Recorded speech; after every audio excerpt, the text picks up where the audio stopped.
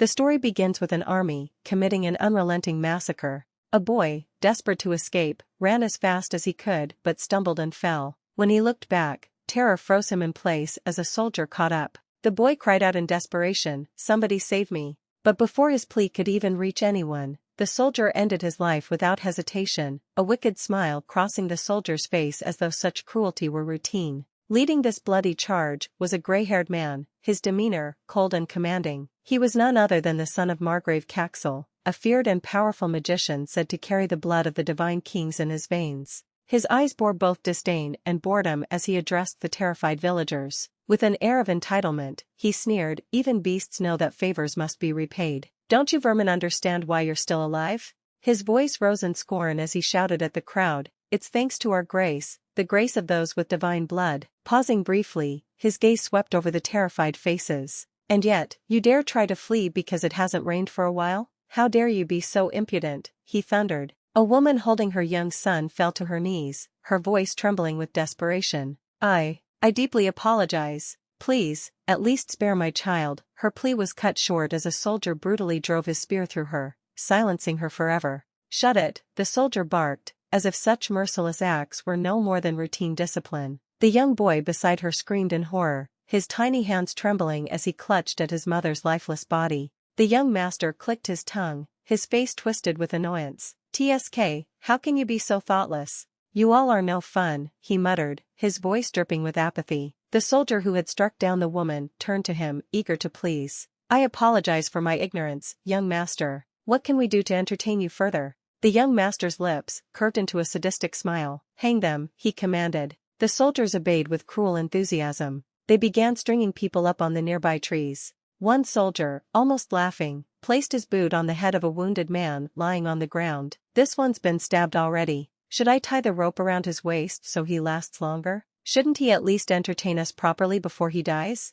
Nearby, a blonde-haired girl was frantically trying to stop the bleeding of her beloved. Tears streamed down her face as she cried out, "No, stop." Summoning all her courage, she stood and attempted to intervene, only to be slapped hard across the face by a soldier. "Get off already," he barked. As she crumpled to the ground, the girl whispered through gritted teeth, "Ifan." Her voice was barely audible over the cruel laughter of the soldiers. The young master observed the scene with twisted delight. His laughter echoed as the girl clung desperately to her husband's legs, which were bound to a tree. "Magnificent. Truly," he said, his tone chilling. He approached her slowly, crouching down to whisper in her ear, "Support him nicely, peasant girl. Without you, your beloved's veins will explode, and he will die." A commanding voice suddenly broke the macabre scene. "Please do not treat the blood of divine kings so lightly." The young master's gaze shifted to the source of the voice. "Huh," he muttered, surprised. Standing a short distance away was Sir Zebek, a knight with blonde hair and an air of authority.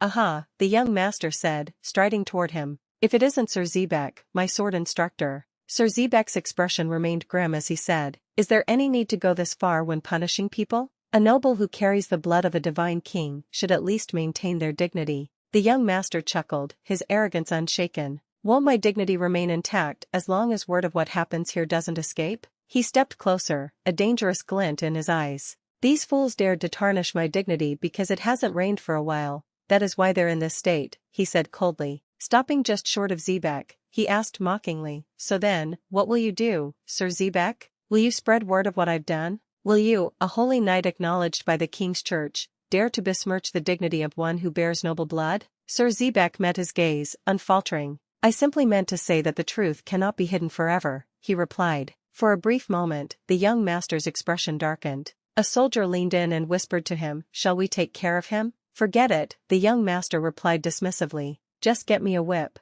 A soldier handed him a whip, and without hesitation, the young master began lashing the blonde-haired girl still clinging to her husband. Her cries of pain filled the air, each scream a testament to the cruelty inflicted upon her. Sir Zebek's face twisted in horror as he stood silently, helpless to intervene. The young master only stopped when he grew bored, panting slightly from exertion. Looking down at the trembling girl, her back covered in fresh welts, he said, "Truly, it's a sight to behold." Satisfied, he turned and began walking away. Passing Sir Zebek, he smiled and said, "Simple, teach." Then, with a chilling expression that betrayed the depths of his cruelty, he added, "We should enjoy life, no?" Sir Zebek stood motionless for what felt like an eternity, his face unreadable as the atrocities of the day lingered in the air. The sun dipped below the horizon, painting the sky in hues of crimson and orange, and darkness began to settle over the desolate scene. Nearby, the blonde-haired girl lay beside her husband's lifeless body, tears staining her face. Her trembling hand brushed against his leg when, to her shock, he whispered hoarsely, "Safiya." Her breath caught in her throat. She sat up quickly, clutching his legs as though trying to anchor him to life. "Ifan," she choked, her voice cracking with emotion. His voice, barely audible, carried an urgent plea. "I was wrong. Please, run." Tears streamed down her face as she held on to him tightly, unwilling to let go. "Ifan," she whispered, her voice shaking. "Will the Emperor's heralds really come?" Her gaze shifted to a small triangle etched into the ground. She stared at it for a long moment, then closed her eyes, clinging to a fragile hope. Night fell, and the air grew cold. Out of nowhere, water splashed onto her face, jolting her awake. She coughed and blinked rapidly, her voice filled with confusion. Just who? Standing above her was Sir Zebek. He crouched down and whispered, "Keep quiet." Her eyes widened as recognition dawned. "You are," he interrupted her, holding out a spoon filled with food. "Can you eat?" She stared at him, her body too exhausted to answer. Moments later, she fell asleep on the ground, unable to fight the fatigue any longer. Sir Zebek silently draped his cloak over her and sat beside her, his sword resting across his knees. His eyes remained fixed on the sky, as if searching for answers among the stars. A few hours later, his calm voice broke the silence. "Wake up." She stirred, opening her eyes groggily. He retrieved his cloak and stood, adjusting his sword. "I came here without anyone knowing," he explained. "I must leave before my presence is discovered.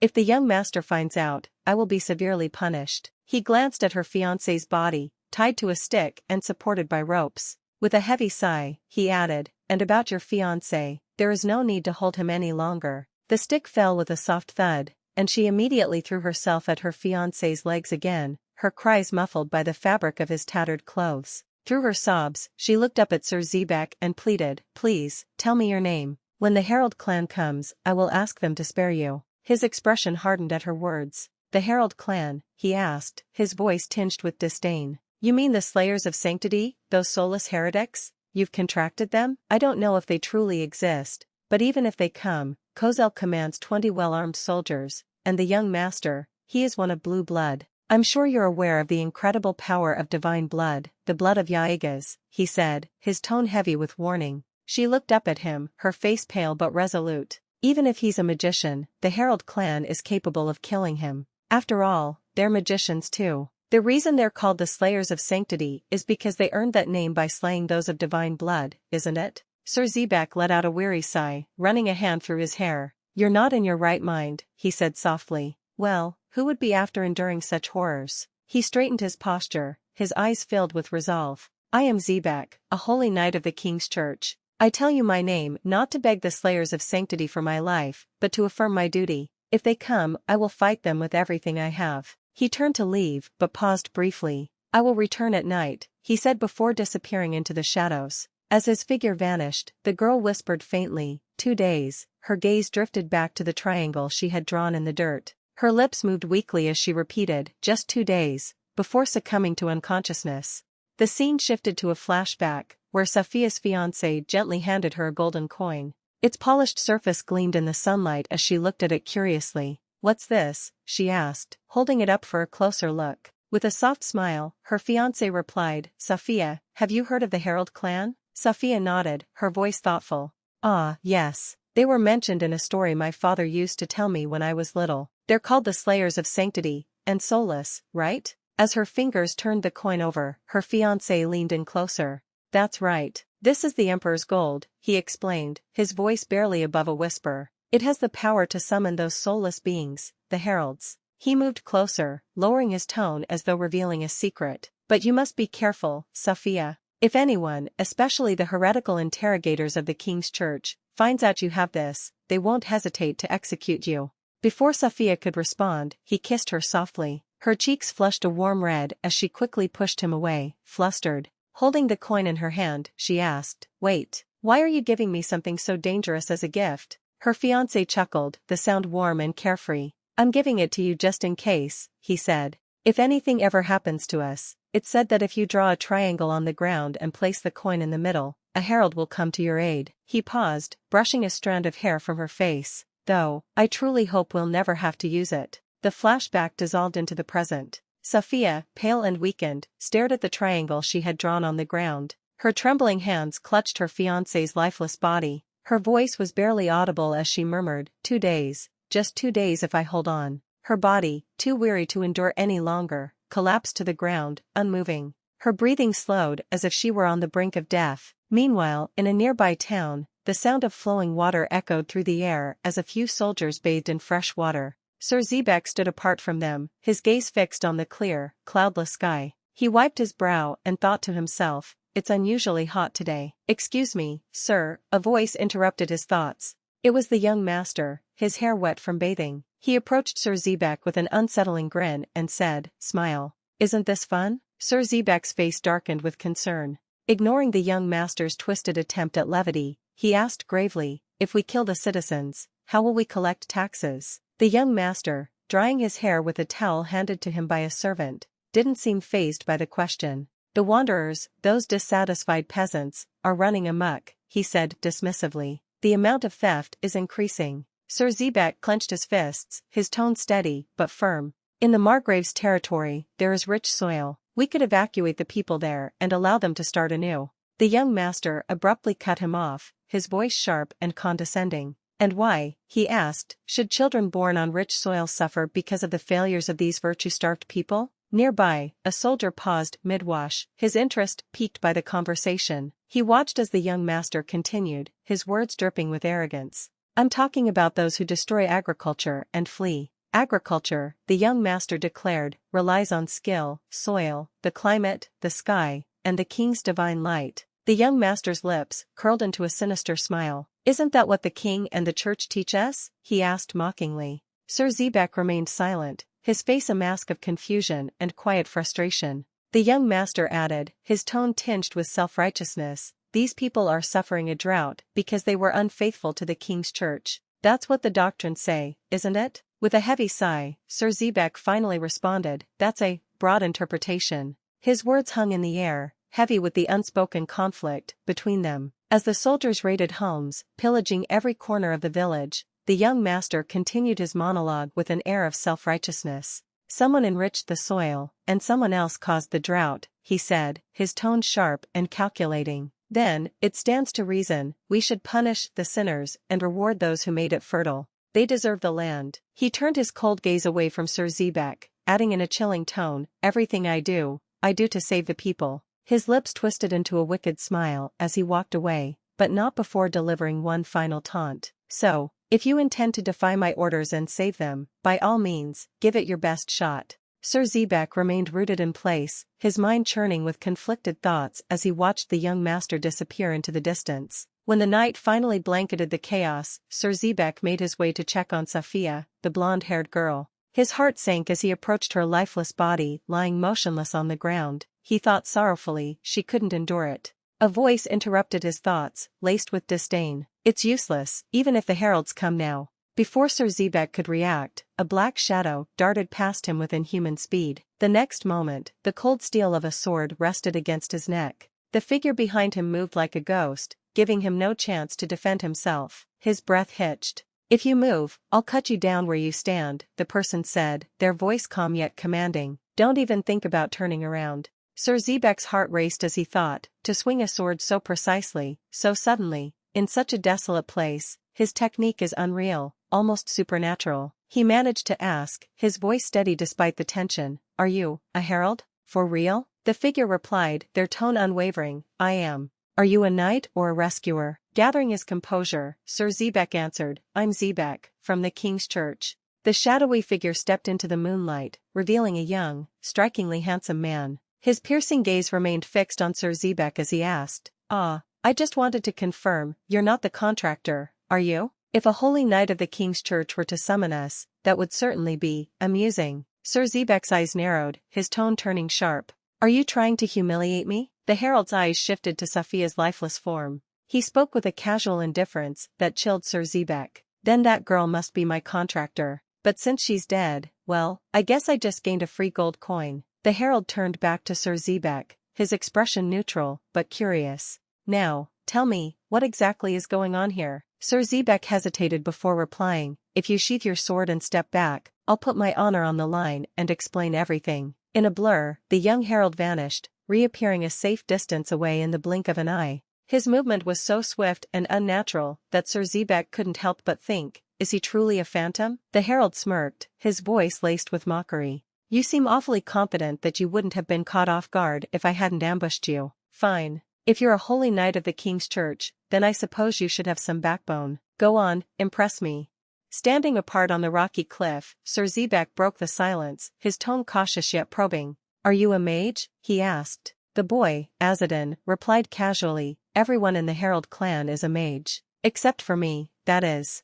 Sir Zebek's brows furrowed. So you're saying that wasn't magic just now? Azadin smirked slightly. It's hard to distinguish superhuman-like physical power from magic. Sir Zebek thought, what is he even saying? He couldn't wrap his head around the boy's cryptic explanation. Sir Zebek asked, what's your name? And what's your rank as a herald? The boy remained silent, his gaze fixed elsewhere. Sir Zebek pressed on. I've already told you my name. I am Zebek, a knight of the king's church. Azadin tilted his head slightly as if realizing something. Oh, have you? My apologies. With a slight bow of his head, he finally introduced himself. I am Azadin of the 108 Spirits, the Emperor's Herald. Sir Zebek's eyes narrowed as he thought, the 108 Spirits, it's the lowest rank in the Herald clan. But his movements earlier, they prove he is far from ordinary. Azadin turned his sharp gaze back to Zebek. Now, as promised, tell me what happened here. Both men stood on the cliff overlooking the devastated town below. Azadin listened intently as Sir Zebek recounted the events. When the story ended, Azadin nodded slowly, taking in the gravity of it all. Suddenly, a voice echoed above them. The contract has been established. Startled, Sir Zebek looked up to see an owl soaring toward them, its wings cutting through the night sky. The bird landed gracefully on Azadin's shoulder, unfazed by the tension in the air. The owl spoke, its tone formal yet indifferent. You responded to the request, but the requester has died. It seems you have earned some free gold coins. Azadin of 108 Spirits. Azadin remained calm, his expression unreadable. Sir Zebek, however, was taken aback, thinking, talking owl? What kind of sorcery is this? The owl continued, now, move on to complete the next mission. Do not rest, start immediately. Azadin of 108 Spirits. Azadin let out a faint sigh, clearly annoyed, and began to turn away. Sir Zebek called after him. Wait. Just because the requester died, you're going to collect your reward and leave? Azadin stopped, looking over his shoulder. Do you want the request fulfilled? How peculiar. Your master will suffer for it, you know. Unsheathing his sword, Sir Zebek glared at him. That won't happen, you soulless heretic. Because I will defeat you. Azadin smiled faintly, his voice calm yet cutting. To think you'd raise your blade against me with a sword that remained silent before true injustice. How tragic, even for you. Sir Zebek's grip on his sword tightened as anger flared within him. Azadin added, are you angry? At me? Or at yourself, for turning your back on injustice? Images of the atrocities he'd witnessed flashed through Sir Zebek's mind. He clenched his teeth, shouting, what do you know? Azadin's gaze softened, almost pitying. Sir Zebek asked, why bring this up now? What do you want to prove? Azadin added, humans may see the same thing, but they feel it differently. To some, a figure might appear as the hero of a myth, while to others, he's just a faint, flickering light in the darkness. He walked past Zebek, toward the lifeless bodies of Safiya and her fiancé. Just as the sight of their suffering appears different to you compared to the other soldiers who stood by. Sir Zebek lowered his sword, his resolve wavering. No, it is no different, he admitted. His voice was heavy with regret. Because I couldn't do anything. As a knight of the king's church, I must revere those who bear the bloodline of the divine king. Azadin turned back to him. I do not wish to fight you, holy knight. If you felt even a shred of pity for that girl. Azadin cut the ropes holding Safiya's fiancé and gently laid his body on the ground. Then your sword is no enemy of mine. Sir Zebek stood in silence, guilt written across his face. Azadin picked up the lifeless bodies of Safiya and her fiancé, cradling them with care. He looked at Sir Zebek and asked, do you have a shovel? Zebek blinked in confusion. A shovel? Are you going to bury them? Azadin nodded solemnly. I'll hold a funeral for them. Sir Zebek thought to himself, Kozel thrives on displays of power, hanging these corpses, turning them into undead. and making them scream in eternal agony would serve as a macabre monument to his dominance. Burying them is tantamount to a direct challenge against him. Lost in thought, Sir Zebak suddenly noticed Azadin kneeling by the ground, digging graves with his bare hands. Dirt covered his fingers, but his focus was unyielding. Sir Zebak couldn't contain himself any longer. He let out a quiet sigh, placed his sword down, and joined in, using his hands to dig beside him. After the graves were dug, Azadin clasped his hands together and began to pray. His voice was steady yet somber. "O Archangel of wisdom, courage, and mercy, have mercy on their souls." Sir Zebak froze, utterly taken aback. "A man of the Herald Clan, using the prayer of the Rescuer's order?" he asked, his tone filled with disbelief. Azadin seemed surprised by the question, but chuckled softly. "I like their ideology," he replied casually, brushing dirt off his hands. Sir Zebak's mind raced. What a reckless and audacious man. To abandon the fate of his bloodline and align himself with the faith of heresy, truly brazen. Azadin's expression grew serious as he looked at the freshly dug graves. "If I don't uphold what I believe is right, then my birth has no meaning." Curiosity gnawed at Sir Zebak, and he asked, "What do you like about the Rescuer's order?" Before Azadin could answer, he suddenly turned his head sharply. His movements were swift as he reached for his bow. "From that direction," he said, his eyes narrowing. "An individual you seem to revere is approaching." Sir Zebak followed Azadin's gaze and felt a cold chill. It was the young master, riding toward them on horseback, with a group of soldiers in tow. The young master sneered, his voice laced with mockery. Well, look at you. Did you take a liking to that pathetic farmer woman? You should have said something. I would have let you keep her, Sir Zebak." Azadin's grip on his bow tightened as the young master's piercing gaze shifted to him. "And who the hell is this bastard?" the young master asked, his tone filled with venom. Azadin answered with action. He released his arrow, and it sliced through the air with unerring precision, striking a soldier at the rear straight in the eye. The man crumpled to the ground. Panic rippled through the soldiers. Sir Zebak stood frozen in awe. He hit the farthest soldier, in these conditions? Azadin fired another arrow. It tore through the air, curving unnaturally mid-flight, and pierced an iron shield as though it were paper. The arrow buried itself deep into the soldier behind it, who fell to his knees with a strangled cry. The other soldiers recoiled in terror, their confidence shattered. Sir Zebak's heart pounded as he observed the impossible. That arrow, it pierced through both the shield and the armor, and it moved like a living creature. Amid the chaos, Azadin spoke, his voice calm yet firm, as if the battle was a mere inconvenience. "You asked me earlier what I liked about the Rescuer's order, didn't you?" Sir Zebak remained silent, his gaze fixed on Azadin, who radiated an eerie calmness even in the face of danger. Azadin continued, "I liked their belief that a person's worth isn't determined by their birth, but by their beliefs and actions. Because someone born with the blood of the divine king, someone who rapes and massacres his people, cannot be considered noble." The young master's expression twisted into one of unbridled rage. Grinding his teeth, his voice erupted in a furious roar. You son of a bitch."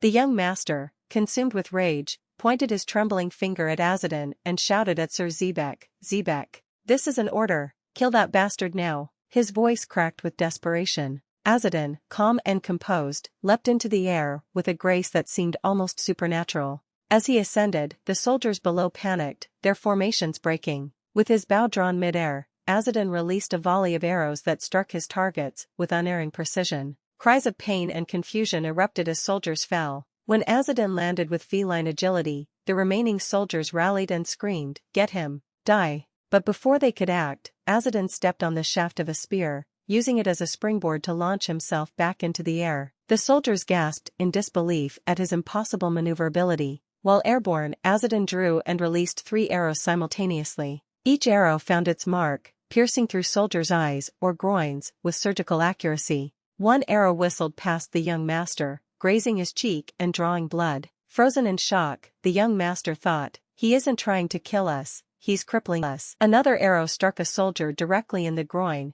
and a scream echoed through the battlefield. Overwhelmed with fear, the young master bellowed, "You bastard, who the hell are you?" "To that, I'd say, he is Azadin, the 108 balls collector." Suddenly, Azadin appeared behind the young master as if he had materialized from thin air. In a low, chilling voice, he introduced himself, "My name is Azadin. I am a herald." The young master's face turned pale. The weight of those words hit him like a boulder. "A herald, here?" The soldiers around him recoiled in terror as they muttered, "He's soulless." Fear rippled through the ranks. Azadin reached over his shoulder for another arrow, only to find his quiver empty. Seeing this, the young master's fear transformed into a flicker of hope. "He doesn't have any arrows," he shouted to rally his men. Before the words even finished leaving his lips, Azadin's fist collided with the young master's face, sending him flying. The impact was so strong it echoed like thunder. As the young master landed on the ground, writhing in pain and clutching his face, Azadin calmly removed his bowstring and tucked his bow away.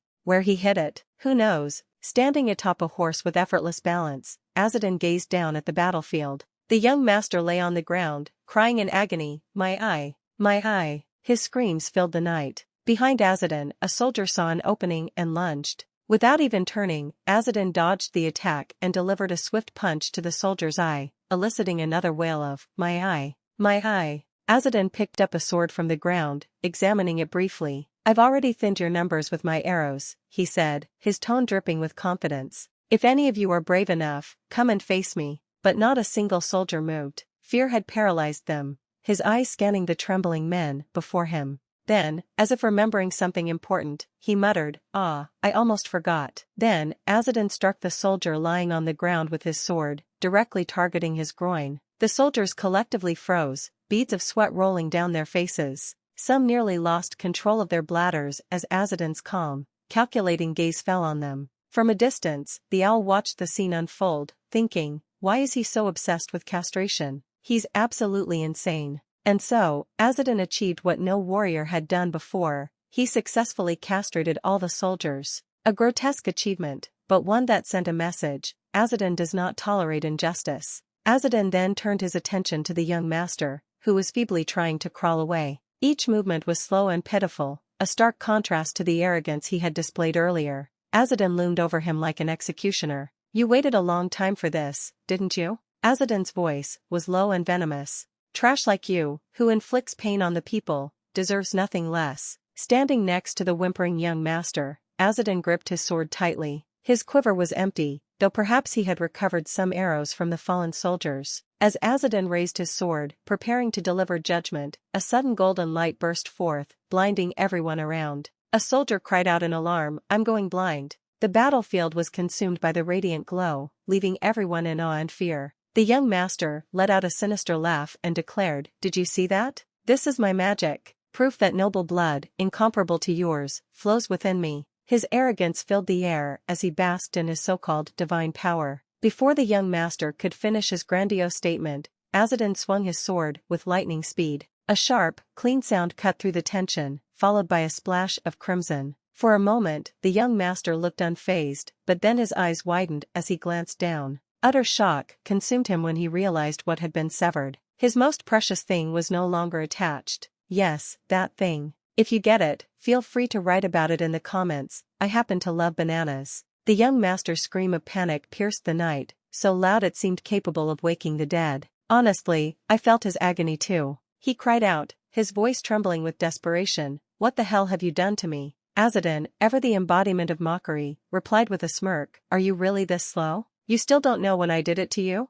How unfortunate." Azadin grabbed the young master by his silver hair, dragging him closer. The young master, now reduced to a pitiful figure, pleaded, "What do you want? Money? Women? Swords? Name it, and it's yours." I'm a descendant of the sacred Yaiga's holy family." Azadin, unimpressed, responded coldly, "Really? Unfortunately for you, I am a Slayer of Sanctity, a Herald. That title doesn't exactly make me a fan of your so-called sacred bloodline." The young master's eyes darted to Sir Zebek, who stood nearby, holding his head as if trying to suppress a headache. The young master screamed desperately, Sir Zebek, what are you doing? Help me." But Sir Zebek, clearly done with the entire situation, sighed and replied with exasperation, "I can't see." Horrified, the young master turned back to Azadin and screamed, "You bastard! I'm a noble. I come from a sacred bloodline. Just because I did that to some commoners, you think?" Azadin cut him off mid-rant with a cold, detached tone.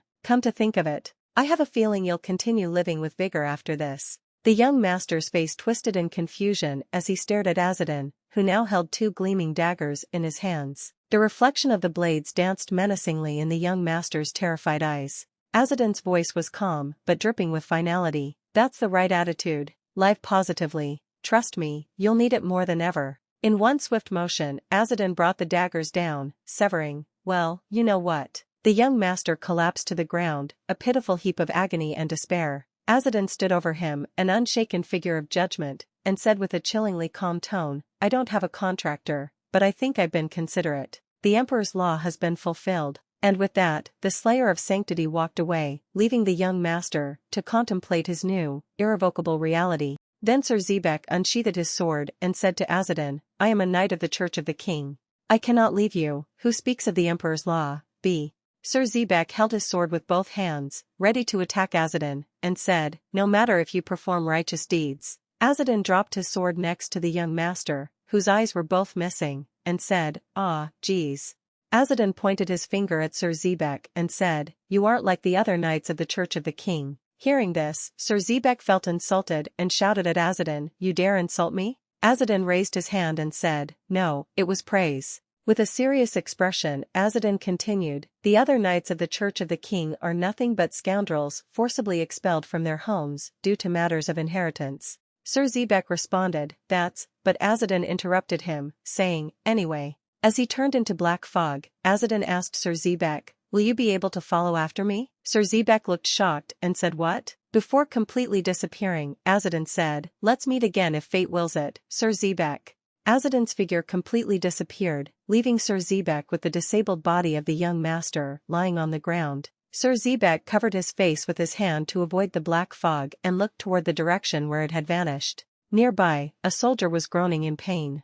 Sir Zebek thought to himself, nobody was able to kill Azadin of the Herald Clan. We were left with permanent losses instead. Scoundrels forcibly expelled from their homes due to matters of inheritance. He's not wrong. That applies to me just as well. Sir Zebek smiled and said, geez. Looking up at the sky, Sir Zebek said, I can feel a weight off my chest now. The scene shifted to a palace where a figure was sitting on a chair. Several people were bowing in front of him, pleading for mercy. One of them said, my lord, please exempt us from taxes this year. Keeping his head lowered, the man added, I beg of you. All the people are running and becoming nomads, and those who have starved to death are wandering the streets as undead. We are overrun with thieves and monsters, and I apologize, but we cannot afford to pay taxes.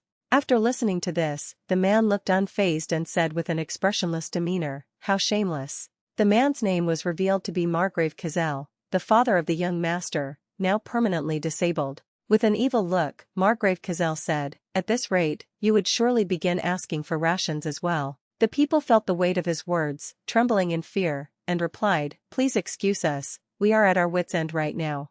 Margrave Kazel, speaking with seriousness and authority, said, nothing will change the lowly blood that flows within you. If you wish, I will provide relief. The people looked confused and asked in low voices, what, truly? Kazel replied in a serious tone, yes. Then, with a demonic smile, he added, on the condition that if you cannot comply with my request, then all of you will be hanged. The people raised their heads and looked at him, confused and terrified. Margrave Kazel conjured a flame in his hand and said, fear not. The flame transformed into a book, and Kazel said, what you are asking for amounts to nothing more than a single page. Such is the nature of this grimoire. A few people looked at the book and said in fearful tones, a grimoire. We are ignorant of magic and do not know of such things. Kazel, with a smiling tone, replied, no. Even ignorant fools like you will be able to find it. If you simply wish for it, it will respond to your call and reveal itself. Bringing them back from their thoughts, Kazel offered, if you manage to bring me a grimoire like this,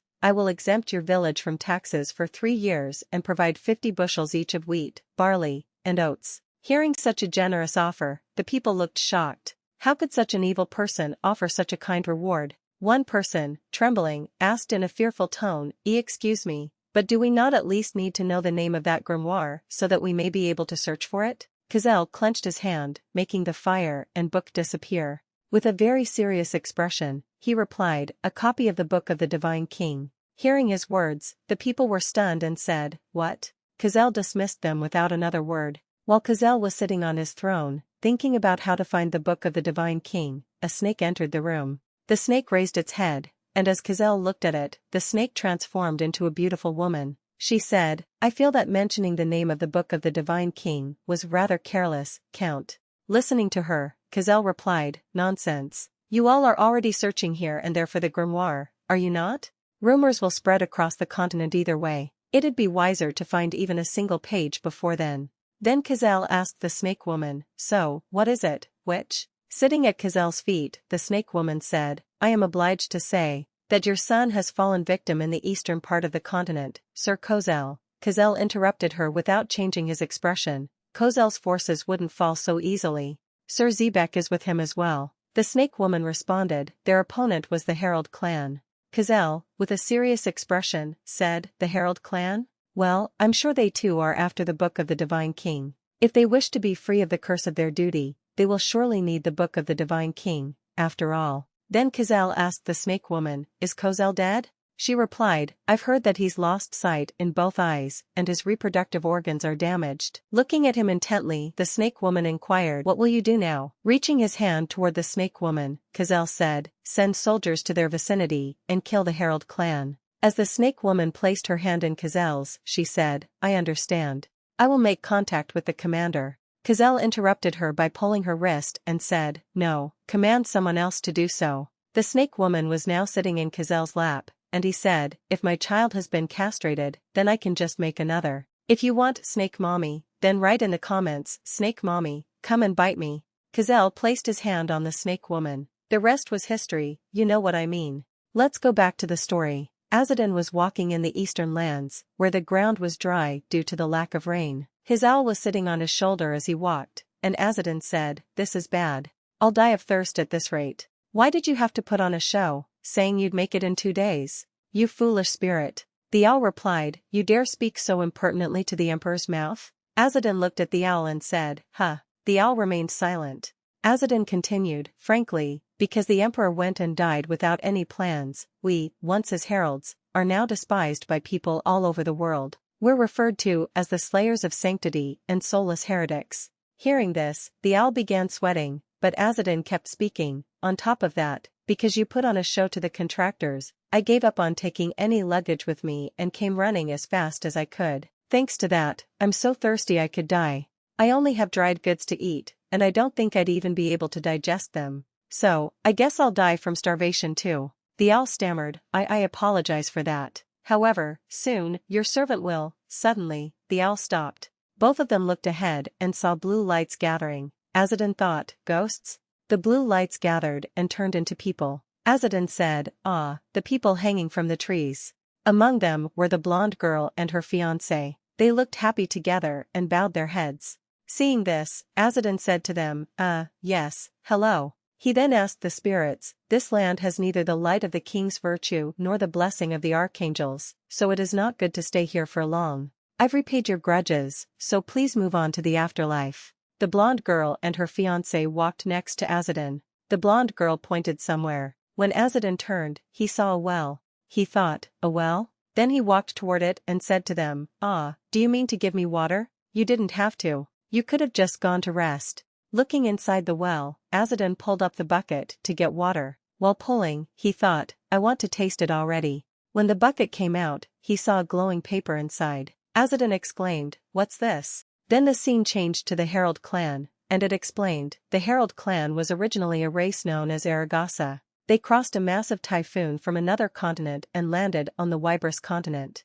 The Wybris continent is divided into a total of 8 kingdoms: Ozander Kingdom, Chitai Kingdom, Banlun Kingdom, Karasar Kingdom, Aranji Kingdom, Metherstorm, Naca Kingdom, Terasar Kingdom, Korasar Kingdom, Bruma Kingdom. There is also the Wybris Peninsula Rescuers Order. The 8 divine kings of the Aigas family ruled over the Wybris continent and originally held 8 thrones. However, during that era, one person monopolized all 8 thrones. The other 7 holy kings, who were brothers, were all subjugated by the emperor of the Yaslat family. The emperor, Yaslat, wanted to eradicate all remnants of the deceased holy kings. Meanwhile, the outsiders, Aragasa, were in need of land to settle. The emperor gave the outsiders the grimoire, the Song of the Yellow Bird, and a spirit called the Emperor's Voice. In exchange, the outsiders signed a contract with the emperor and became his heralds. With that, Aragasa's hands were ruthlessly stained with God's blood. They became the emperor's swords, agents, and executioners, personally eliminating the wicked nobles who went against the emperor's law and prospered. This was considered the most horrific sin that the citizens of Wybris could commit,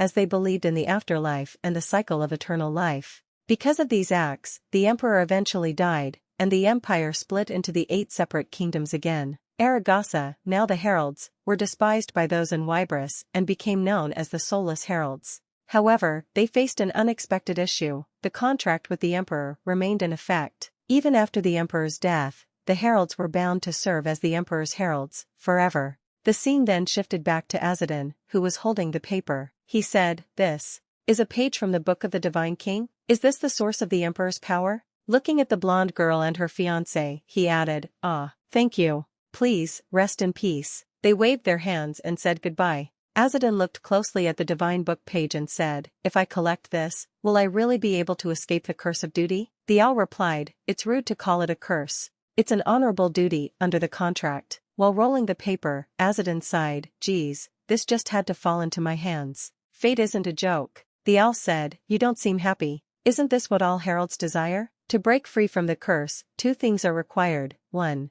Carry out the duties of the service contract and collect 100,000 gold coins. 2. Acquire the Book of the Divine King. If these conditions are met, the herald will be able to escape the curse of duty." Then Azadin asked the owl, "Well, it is the goal of the heralds, but I'm worried that this has started spreading throughout the world. The reason why the Book of the Divine King was torn apart in the first place was because of my father." While walking, Azadin said, "Ah, water. I'm so thirsty." Meanwhile, a blonde girl was hiding and said, "That's him. The son of the clan's worst traitor. He's talentless, powerless, and stupid." She asked the boy sitting next to her, "Can he really not use magic, like the rumors say? That he's cursed?" The boy replied, "Ah, I don't know if he's cursed, but I know for certain that he can't use magic." The blonde girl added, "I heard that he wet the bed until he was 8. He can't even tie a bowstring." She smirked and said, "I doubt he'll ever be able to carry out the herald's duty." The boy said nervously, "So, Miss Mid-I-Am, how about we turn back? There's no need for you to work for the lowest-ranking herald when you're a relative of the contractor." While looking at an arrow, Mid-I-Am, the blonde girl, said, "Shall we test his skills?" The boy exclaimed, "Ah, no. A worker can't attack a herald." Mid-I-Am replied, "Who cares? If I win, his position will be mine. There's no way I'll lose." She thought, "Ah, it'll be bad if he dies, so I'll take the arrowhead off." The boy cautioned, "He's the student of the fussy elder causes. There's always an if in every situation." Holding the bow, Mid-I-Am said, "It doesn't matter. No matter how amazing causes is, an idiot is still an idiot, even if he trains for 10 or even 100 years. She thought, to think the son of a traitor, who can't even use magic, is a herald. While shooting the arrow, she thought, he's just taking up space, so competent people like me can't become heralds. After firing the arrow, she sat down and tried to see if it worked. Suddenly, a small rock hit her head. The boy shouted, "Mid-I-Am." Azadin, holding the quiver, asked her, "Are you the one who shot that arrow?" She replied, "It was a greeting." Then she thought, "When did he get here? I couldn't sense his presence at all." "Wait, don't tell me he caught the arrows I shot in midair? In his quiver?" Azadin asked, "What are your names?" She said, I'm Mid-I-Am, from Ether." The boy stammered, I am Ishmael. "We are assistants who have come to assist you." Azadin said, "Assist me?" and then threw the arrow back, saying, "This?" Mid-I-Am replied, "Your quiver looked empty, so I just wanted to give you my arrows. Isn't that the best assist?" Azadin said, "It seems like you applied to be my assistant because it was boring staying on the Holy Land. Go home, kiddos." Mid-I-Am got angry after hearing this and replied, "Kiddos? I'm sure I told you, I'm from the Ether bloodline." Azadin responded, "Don't you know that bloodlines have no meaning to heralds? And if you've come to work for me, you're my subordinates now. And you even shot arrows at me. Perhaps you want me to teach you what happens when you do something like this outside of the Holy Land?" Mid-I-Am thought, he's so different from what rumors say. Is he really the person who others made fun of and bullied? Azadin asked in a cool demeanor, "Apologize for being rude, Mid-I-Am. And if you want something from me, then show respect either as a member of Aragasa or as my enemy. Which will it be?" Grinding her teeth before apologizing, she said, "I, Mid-I-Am from Ether, apologize for my rudeness to Herald Azadin. I am an Aragasa." Azadin said, "I accept your apology. However, don't shoot arrows at anyone from now on. If you don't plan on killing them, weapons are not to be toyed with outside of the Holy Land." She replied, "Yes." Then Azadin asked, "I won't say anything bad, so go back to the Holy Land. I don't need assistance." Suddenly, Azadin remembered something and shamelessly asked, "Do you have water?" But Mid-I-Am interrupted him with a loud shout, "I request a duel." Ishmael exclaimed in shock, "Mid-I-Am, No, that man is dangerous. Mid-I thought to herself, yeah. He's different from the rumors. Forget about being an idiot, he's strong, intelligent, and prideful. But wouldn't I be a big coward if I didn't challenge him just because he's strong? She then declared to Azadin, Herald Azadin, I, Mid-I from Ether, officially challenge you for your herald position. Azadin held his head, sighed, and said, goodness. A duel. Arael's been a bad influence on these kids. He looked at Mid-I and added, you'll take over my position if you win, but do you realize what will happen if I win instead? Mid-I confidently replied, of course. Everything that is mine, including my life, will be yours. I am prepared. Azadin thought to himself, while Arael's a problem, it's a bigger problem that she's underestimating me. Looking directly at Mid-I, Azadin said, you should give up before it's too late. Arael's the only one who can win against a herald. I know my reputation isn't the best, but I wasn't given this position for nothing. Mid-I stepped back a few paces, then stopped and shouted, here, we're now 100 steps apart. I challenge you, Azadin. The owl's voice echoed, the duel has been validated. Herald Azadin, accept the challenge. Hearing this, Mid-I began to panic. Her face was pale, and sweat dripped down as she stammered, Emperor's voice? Azadin rolled his eyes and muttered, what a drag. Are you serious? Ishmael, watching in disbelief, thought, the Emperor's voice is a spirit assigned to each herald. Now that the Emperor's voice is a witness, turning down her challenge is impossible. This isn't good. Mid-I, still flustered, shouted, I just have to win. Mid-I handed water to Azadin, her dusty clothes and face covered in dirt. Ishmael looked at Azadin in disbelief, unable to process what he had just witnessed. What is going on? Ishmael thought, that archery technique, it's suited for the battlefield, sacrificing accuracy for sheer projectile speed. That was definitely an extreme form of the Aragasa technique. His thoughts flashed back to the fight. Azadin had jumped into the air, launching stones at Mid-I with incredible speed and precision using his bow. The rapid attacks didn't give her a chance to dodge, forcing her to rely on her magical shield to block the projectiles. When Azadin landed, he fired more stones, but these ricocheted off trees and the ground, coming at her from unpredictable directions. It was a next-level skill. One stone even grazed her cheek, cutting a few strands of her hair. As Azadin drank water, Ishmael stared at him, his thoughts racing.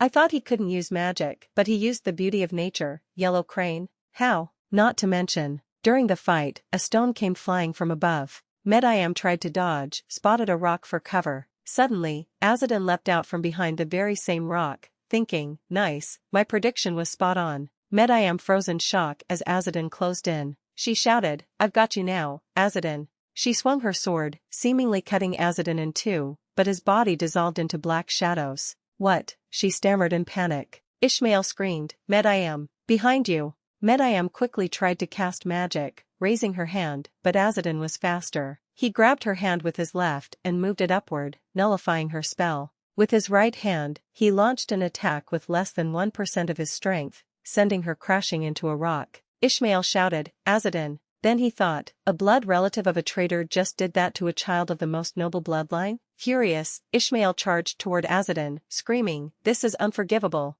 How dare you? Inferior bastard. Before Ishmael could approach Azadin, the owl declared, the duel is over. Mid-I of Ether, you challenged Azadin's position as herald and lost. Your fate is now in the hands of Herald Azadin. Ishmael, due to your interference in the duel, you are also to become the herald's property along with Mid-I. Ishmael picked up Mid-I, who was trembling in fear and panic, unable to process what had just happened. She couldn't believe she had lost. The disgrace of such a defeat was unbearable. Desperately, she pulled a dagger from her pocket, intending to cut her own throat, but Azadin swiftly threw a rock that struck her hand, causing the dagger to fall to the ground. I knew you'd try something like that, Azadin said sternly. Looking directly at her, he continued, young lady, having lost the duel, you no longer have the right to die. You can only die when I die, or when I decide you can. Did you really challenge me to a duel without even knowing that? Mid-I growled through clenched teeth, you. Azadin observed her with a calm expression and thought to himself, what a kid. He handed them their water pouch and said, I assume that was enough to teach you a lesson. I'll free you both. Both looked utterly confused and stammered, what? Pardon? Azadin replied, let's just pretend this duel never happened. It'd be bad for you if this went down in your record, wouldn't it? Still confused, they didn't know how to respond. As Azadin walked away, they instinctively began following him. Without turning to face them, he said, I told you, I don't need a slave. I've given you freedom, so go back to the sanctuary. Mid-I saluted him and exclaimed, why? You just got a beautiful and talented young girl as your slave, and you're just going to let her go like that? Ishmael held his head in exasperation and muttered, Mid-I please. Azadin, still walking, replied, I don't know about the beautiful part, but if you were as talented as a rail, you wouldn't have lost. Turning slightly toward them, Azadin added, there are plenty of men in the world who like younger girls, and many cultures with early marriage customs. It'd be wise to think carefully before you propose a duel next time. Hearing this, Mid-I lowered her head, embarrassed. Azadin continued, actually, never challenge someone to a duel again. If there's someone you must kill, just assassinate them. Ishmael observed Azadin and thought, he talks a lot more than I expected, but it does seem like he's saying all this out of genuine concern. Mid-I still shaken, muttered, this. Before suddenly breaking into a loud, excited smile and shouting, this is new. Ishmael panicked and exclaimed, what? The scene shifted, unveiling the ominous weight of the contract of service. The Emperor and the Herald clan provide each other with what they need, and any traitor will meet a horrific death. Once a proud symbol of loyalty and honor, the contract had become a dreadful curse after the Emperor's death. Though the Emperor himself had perished, the effects of the contract remained intact, binding the Herald clan to eternal servitude as the Emperor's heralds. What once seemed like an unending cycle of submission finally showed signs of breaking when the Herald clan intervened in the Terasar kingdom's succession war. Through their efforts, the Herald secured victory in the war and obtained a copy of the Book of the Divine King. However, their triumph was short-lived. A notorious traitor, Aker, stole the book and fled. Aker was bound in heavy chains, his arms, legs, and neck shackled, while 3 men stood atop a cliff, looking down on him. One of them called out, Aker the traitor, give us what you stole.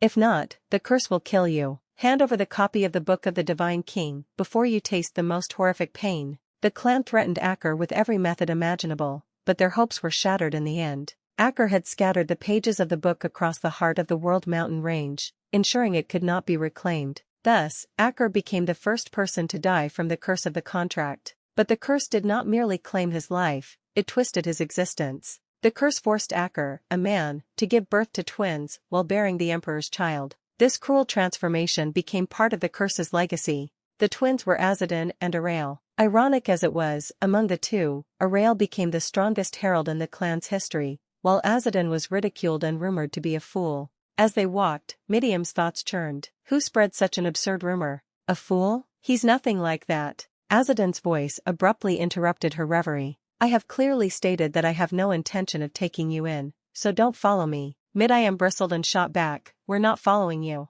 We just have something to deliver. With that, she handed him a letter and said, it's a letter from the regional head of Salasma. Azadin took the letter with a slight scowl and muttered, that old man doesn't like me much.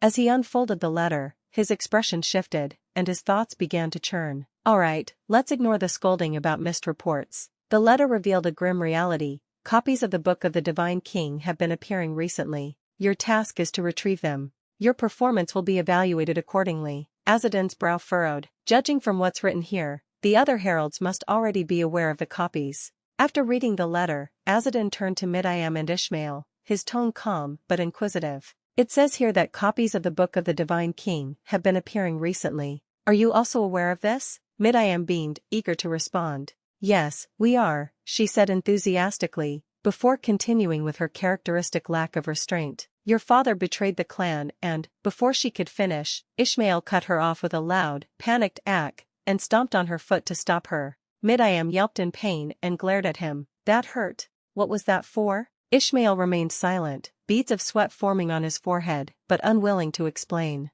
Azadin watched their antics before speaking. Enough. So, even you two know about it, huh? He then added, For now, I'll have to head to Salasma to meet the regional head. Thank you for delivering the letter to me. Meanwhile, Midiam, who was busy tugging at Ishmael's cheeks in retaliation, perked up at Azadin's words. You know, since we're heading to the same destination, can we just follow you? I could also tell you what's been happening in the clan. Azadin, wearing an awkward smile, replied, since this road isn't mine alone, you can follow me if you'd like. Delighted, Midiam immediately fell in step with him, while Ishmael trudged behind, still nursing the pain in his face from Midiam's playful vengeance. The group continued their journey and soon found 2 sheep resting in the shade of a tree. Taking a moment to rest, they decided to sleep under the same tree. When Azadin woke up, he roused the others. The sky was clear, a perfect day to continue their travels. They resumed their journey with the sheep in tow. Along the way, they came across a spring. Taking the opportunity, they refilled their water pouches. Azadin's pouch, of course, was 99 times larger than the others. Suddenly, a voice interrupted them. "Who says you can take water from our spring?" Azadin turned to see a group of bandits standing menacingly before them. Unperturbed, Azadin said calmly, "I have no intention of fighting you. What do you want in return?" The bandit leader smirked, his expression devilish. "All of you, of course." Azadin sighed, clearly not eager for conflict, and asked, "Just to be sure, is there really no room for compromise?" The bandit boss sneered, his greed apparent. "Capture the girl alive and kill the men." At his command, the bandits rushed to attack. It was over in seconds. The bandits lay sprawled on the ground, groaning in pain and begging for mercy. Please spare us. We're just innocent people," one of them cried. Azadin, unfazed, cleaned his ear with a finger as he listened to their pleas. Another bandit stammered, "Only just been conscripted. Margrave Kazel's children are forcibly, drafting people left and right, driving them to search for some copy of a book. How are we supposed to find something we don't even know about? So, we just wandered around aimlessly, and by sheer misfortune, by great fortune, we encountered someone as noble as yourself." Mid-I crossed her arms and scoffed. "What if they're just thieves coming up with excuses?" Azadin shook his head. "I doubt it. This isn't a road where merchants or travelers would usually pass." Mid-I raised an eyebrow and said coldly, "Well, we'll have to kill these guys to silence them anyway." Azadin stopped her with a firm but calm voice. "Wait, Mid-I do not kill without reason." Ishmael, frowning, interjected, "It's only right to kill them. Even if they're truly good people, there's a chance we could expose our tracks if we let them live." Azadin met his gaze and replied, "But that doesn't mean I should kill them for my comfort. Everyone deserves a second chance." One of the bandits, trembling, began speaking hurriedly. "Why yes, of course. People's lives are very important, indeed. As expected from someone so noble. You're so kind-hearted. Hee, you're the best. I assure you that great fortune will be upon you and your family for your mercy." Azadin, without a word, walked toward the talkative bandit and stood next to him. With a calm yet menacing tone, Azadin said, "Shut it." Nearby, Ishmael found himself deep in thought, reflecting on Azadin's actions. "I often see people who refuse to kill, but I didn't expect to see one from the Herald Clan." Suddenly, the sharp sound of a punch snapped Ishmael out of his thoughts. His eyes widened in shock as he turned to see Azadin, his fist connecting with the bandit's face in a brutal strike. Azadin stepped back, his voice matter of fact. "Good. That was a clean shot. Destroyed his eye." The other bandits stared in horror at their fallen comrade, clutching his face in agony. Mid-I and Ishmael were equally stunned, their wide eyes betraying their disbelief. Why would Azadin, who refused to kill, resort to such violence? "Well, kids," an unspoken thought seemed to hang in the air, "you don't yet know Azadin the Ball Crusher." Azadin turned his gaze to the remaining bandits, his grim smile sending chills down their spines. "Make sure you don't move too much, you two. One wrong move, and your faces will be blown away." One bandit stammered, his voice trembling with fear. But you promised you'd spare us." Azadin's eyes narrowed as he replied, his tone cold yet eerily calm. "Yes, I'll spare you, but only after inflicting permanent damage. That way, even if you don't repent immediately, you won't be able to harm others." What followed was a scene of utter terror as the remaining bandits cried out in agony. Azadin's precise strikes left them writhing on the ground, their faces pale and their bodies trembling. The cries of pain echoed as each man realized his fate, their futures as whole men were over. The owl, perched nearby, watched the scene unfold with an air of indifference, as though it were accustomed to such events. As the broken bandits limped away, clutching their injuries, one muttered bitterly through gritted teeth, "If I meet him again, I will." His words were cut short as a massive hand suddenly grabbed his head. The others turned, their expressions frozen in pure horror, to see a towering ogre standing behind them, a large basket strapped to its back. The ogre grinned, his sharp teeth gleaming, and said, "Food." Before the bandit could scream, the ogre tossed him into the basket, chuckling, "You are portable food." The other bandits tried to run, but the ogre's goblin minions swarmed them. One bandit was dragged down, his cries drowned out by the goblin's maniacal laughter. He. The ogre picked up another bandit and declared with glee, "You belong to me, Goldu." As the goblins feasted on their new prey, the ogre turned his gaze toward the horizon. In the distance, the faint silhouette of a town came into view. Drooling, the ogre muttered to himself, human village, big and strong fortress, and meat everywhere. His mouth twisted into a wide grin, water dripping from his lips as he marched toward his next target. After teaching the bandits a lesson, Azadin and his group continued their journey, sitting on the sheep as they ambled along the road. The silence stretched until Mid-I suddenly broke it. At first, I thought you were just going easy on them, so I was surprised. But I guess it's not a bad tactic. We even retrieved all their weapons. Azadin glanced back at them briefly, their sheep trailing behind his, before turning his gaze forward again. It's hard for someone to understand others without having been in the same position, he said. Losing an eye has bigger consequences than you'd think. The people they would have victimized in their raids are now the ones they fear. I'm sure it's a good opportunity for them to repent for their past actions. Ishmael, still perplexed, furrowed his brow.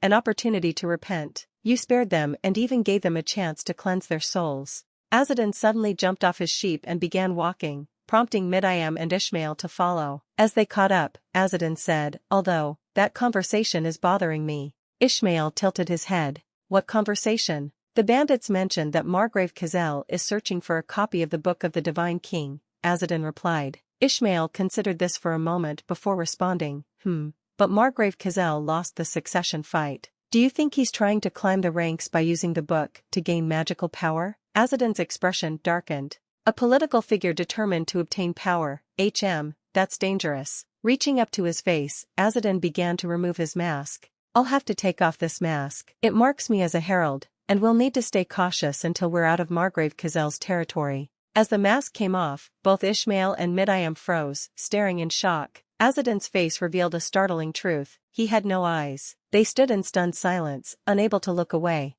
Unfazed by their reaction, Azadin donned a cloak to hide his uniform, transforming his appearance into that of an ordinary traveler. Ishmael broke the silence, but, you didn't seem to struggle at all, despite being unable to see. How? Azadin shrugged. I don't know either. Ever since I was born, I've just been able to see without eyes. Mid-I stepped closer, her gaze fixed on his face. Azadin, now visibly annoyed, asked, what is it? Speak your mind if you have something to say. Mid-I hesitated for a moment before replying, you look better if I imagine you were injured. Azadin blinked, genuinely taken aback. What? It's like, you were really handsome, but then you suffered an unfortunate accident where you lost your eyes, Mid-I explained. Honestly, scars like this are better than a hot face with ugly eyes. Azadin sighed, petting one of the sheep absent-mindedly. You're saying the same thing as the one who gave me this scar. Curious, Mid-I asked, who was it? It was a rail, Azadin replied. She said it was strange for me not to have what should be there.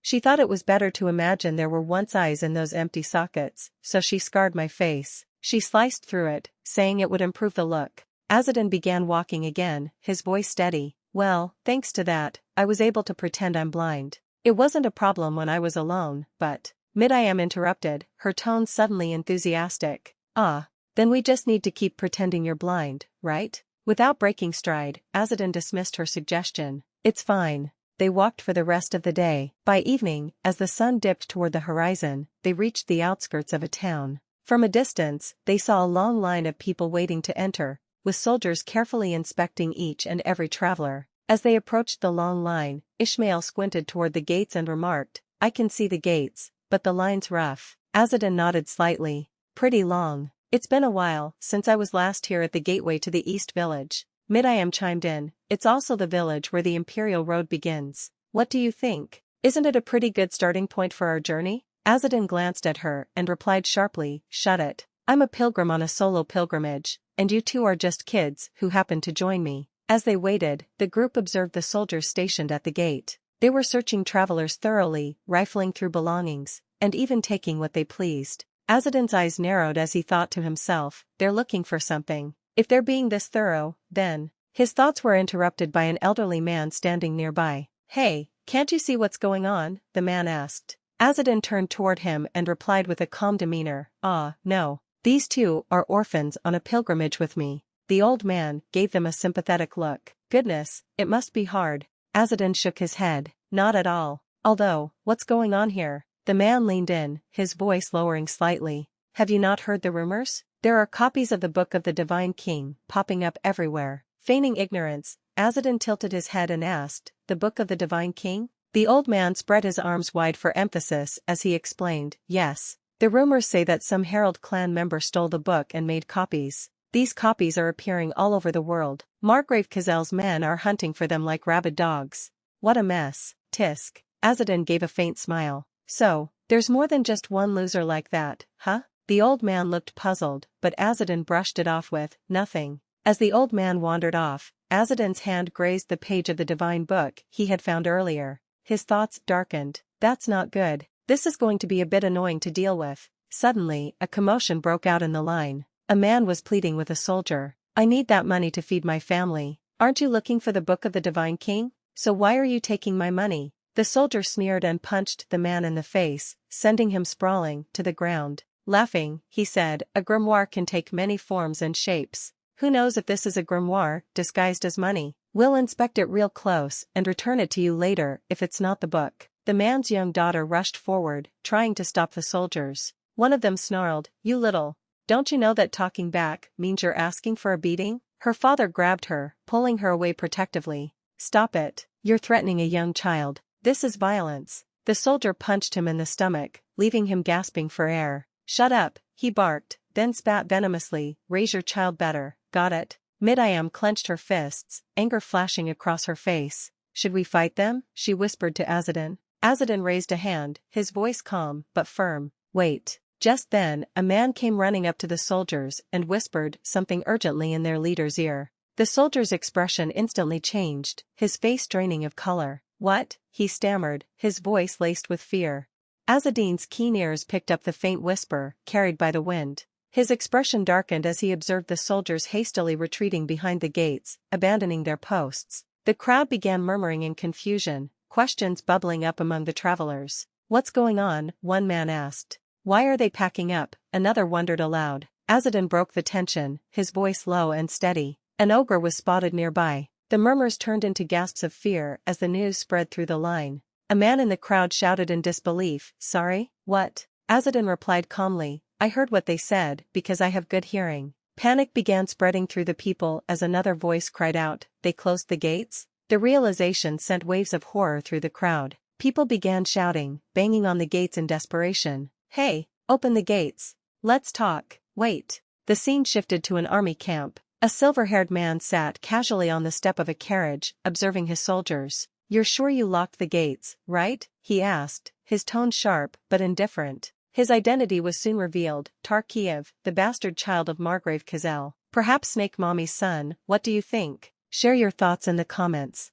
One of the soldiers stepped forward and replied, yes, sir, we made sure. Tarkiev nodded with satisfaction.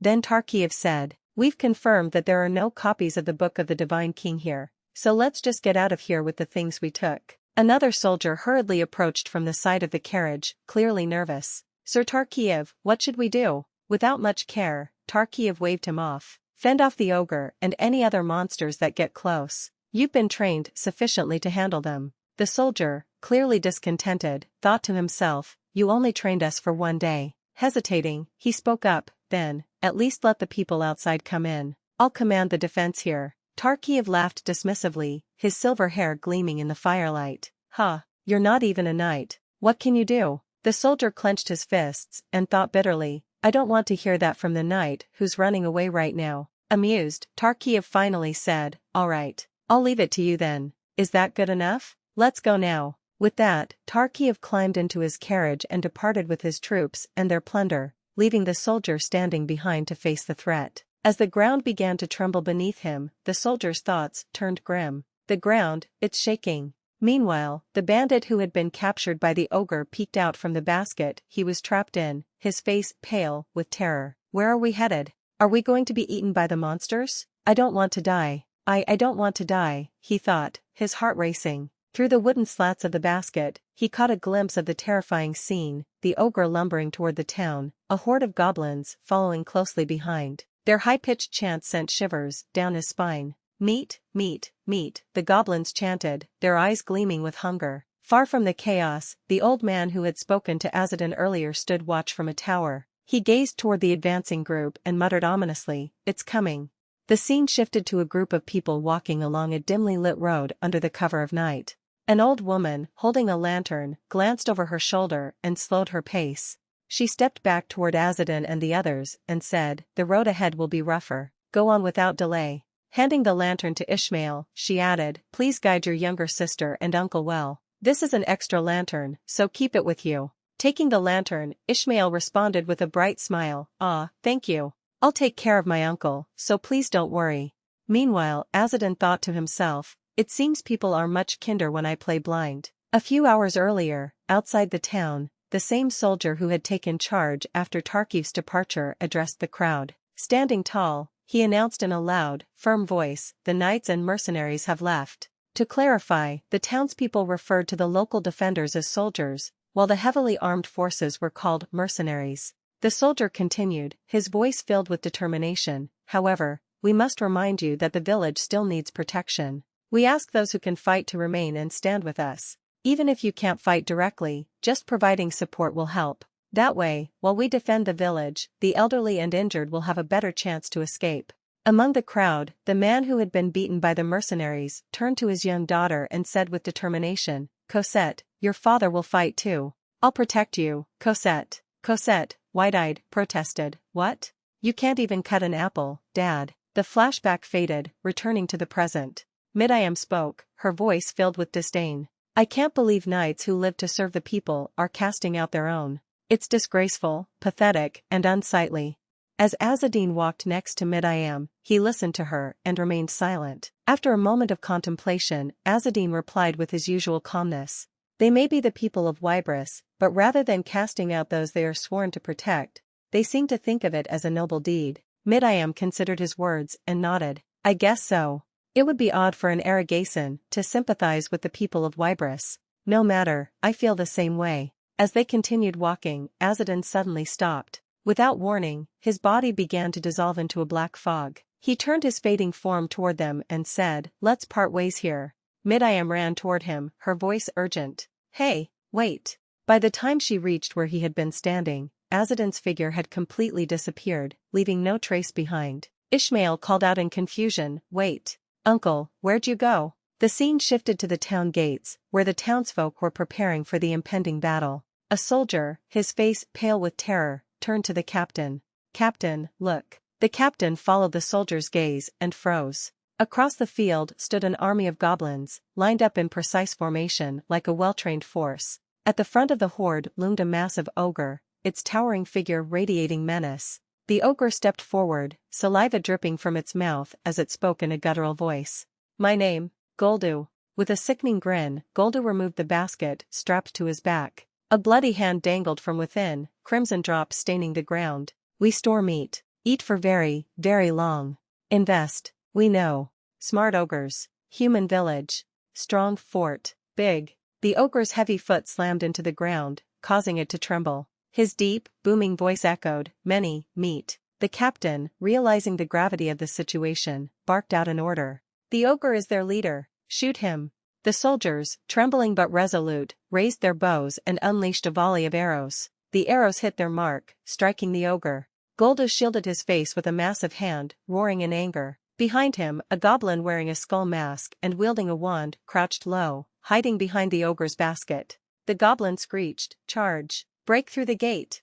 At his command, the ogre let out a deafening roar and began his advance, his army of goblins charging behind him, ready to unleash chaos upon the village. As the ogre charged, the goblins surged forward, attacking the gate with relentless ferocity. The captain, seeing the onslaught, shouted, "Protect the gate! Shoot the ones closest to us!" Despite the hail of arrows, the goblins pressed on. One raised its axe high and slammed it into the door. Meanwhile, standing at the rear of the goblin horde, the ogre picked up a massive stone and hurled it at the gate. The stone struck with a deafening crash, leaving a large crack in the wooden barrier. Inside, those holding the door saw goblin axes hacking through the fracture, and panic spread among them. "They're breaking in," someone screamed in terror. The captain's voice boomed above the chaos. "Shoot! Shoot them dead." As arrows rained down, Cosette watched, trembling, her thoughts consumed by fear. "Run, far, far away." Amid the chaos, the goblin leader, wearing a skull mask, glanced at his wand. Flames flickered to life around it, and with a devilish grin, he raised it high. A sinister light emanated from the wand as the goblin leader bellowed, "The wand has responded. The Book of the Divine King. The Book of the Divine King is near." His words were cut short when Azadin appeared out of nowhere, slamming his foot into the goblin leader's head and smashing him into the ground. Azadin leaped into the air, positioning himself above the ogre just as it picked up another massive stone. With a roar, the ogre hurled the boulder toward the wall. Those atop the structure froze in terror, their bones chilled as they watched the stone hurtling toward them. The stone smashed into the top of the wall, shattering it and causing rubble to rain down. But before the debris could crush the people below, Azadin swooped in, grabbing them and leaping to safety. He set them down near the captain, who stared at him in stunned confusion. "I'll aid you in defending the gate," Azadin declared. The captain, still reeling, stammered, "Who are you?" Fixing his bow with practiced precision, Azadin replied coolly, "Just a passing herald of the emperor." The captain and his soldiers exchanged nervous glances, their faces pale. "A herald of the emperor? You mean, the Herald Clan?" Before they could say more, Azadin jumped back onto the wall and fired an arrow. 2 more arrows flew simultaneously from different directions, both striking the ogre's eyes with pinpoint accuracy. The ogre roared in pain, clutching at his face. My eyes! My eyes!" Blinded and enraged, the massive creature turned, trampling its own goblin army underfoot in its blind fury. "I'll kill you! I'll kill you all," it bellowed, stomping aimlessly. Azadin leapt onto the ogre's face, using it as a vantage point. As the ogre thrashed and crushed goblins beneath its feet, Azadin calmly drew his bow, shooting arrows into the goblin ranks with deadly precision. "That's right. You're moving well," Azadin thought, smirking as chaos spread through the goblin horde.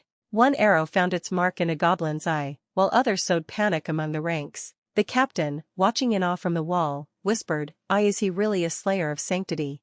As Azadin continued his assault, the basket on the ogre's back fell to the ground. He glanced back at it, his eyes narrowing as he recognized the man crawling out from the pile of corpses inside. "Isn't that the mugger from before?" Azadin thought, narrowing his eyes. It was, indeed, the leader of the bandits Azadin had dealt with earlier. The man, trembling and covered in blood, looked around in horror. His gaze landed on the goblin leader's trembling body and the bandit leader. With a devilish grin, goblin leaders rasped, "The Book of the Divine King." Drool began to spill from his mouth as his body started to contort. Blisters began to form ominously on the right arm of the goblin leader. A grotesque chunk of flesh extended from his arm like a sinewy rope, from which sharp teeth unexpectedly sprouted. The goblin leader emitted a devilish laugh, his rope-like arm extending and coiling behind him. "I will be," he began, his voice taking on a monstrous edge, "the king of the Fong," his cackle resounding with malevolence. Perched atop an ogre's head, Azadin was oblivious to the eerie transformation until the goblin's arm bizarrely bit its own head. "What is this?" Azadin exclaimed, turning to face the chaos behind him. Upon closer inspection, he realized that the goblin had morphed into a creature far removed from any typical goblin. Its arms and legs had transformed into menacing tentacles lined with sharp teeth. "It looks like it will be a pain to deal with," Azadin remarked grimly, gauging the severity of the threat. Without warning, the tentacles began to thrash wildly, striking indiscriminately. One of the tentacles surged towards Azadin, signaling the start of a daunting battle. The monster's onslaught was unyielding, its grotesque form echoing that of a vast centipede, with sinister faces adorning its length. As its numerous tentacles surged toward Azadin, he deftly leapt from the ogre's head, evading capture by mere moments. The ravenous tentacles then clamped down, voraciously engulfing the ogre in their grasp. The ogre's wails of agony reverberated, its deep voice quivering with pain. "It hurts. Goldu is in pain. It hurts. I enjoy feasting, yet I abhor being eaten." His protestations were abruptly silenced as he was swallowed whole by the Kurt's cavernous maw. As the creature devoured its prey, its hideous body contorted and expanded grotesquely, thriving on the ogre's substantial bulk. The villagers watched in stunned silence, aghast at the macabre spectacle unfolding before them. The creature's vivid red flesh writhed ominously, methodically dismembering the ogre with its sharp, relentless teeth. Unsatisfied, it then turned its attention to the deceased goblins nearby, consuming them with equal ferocity. Azadin alighted gracefully onto the soil, his gaze fixed intently on the transforming beast. Recognizing the formidable foe, he declared resolutely, "Godkin Kurt, the king of the Fong." Azadin clicked his tongue in disgust at the sight, musing to himself, "Kuts, the erstwhile kings of Fong." The Kurt race was known for its barbarity, its deities having once dominated the land before the gods of Yaegas arrived on the continent.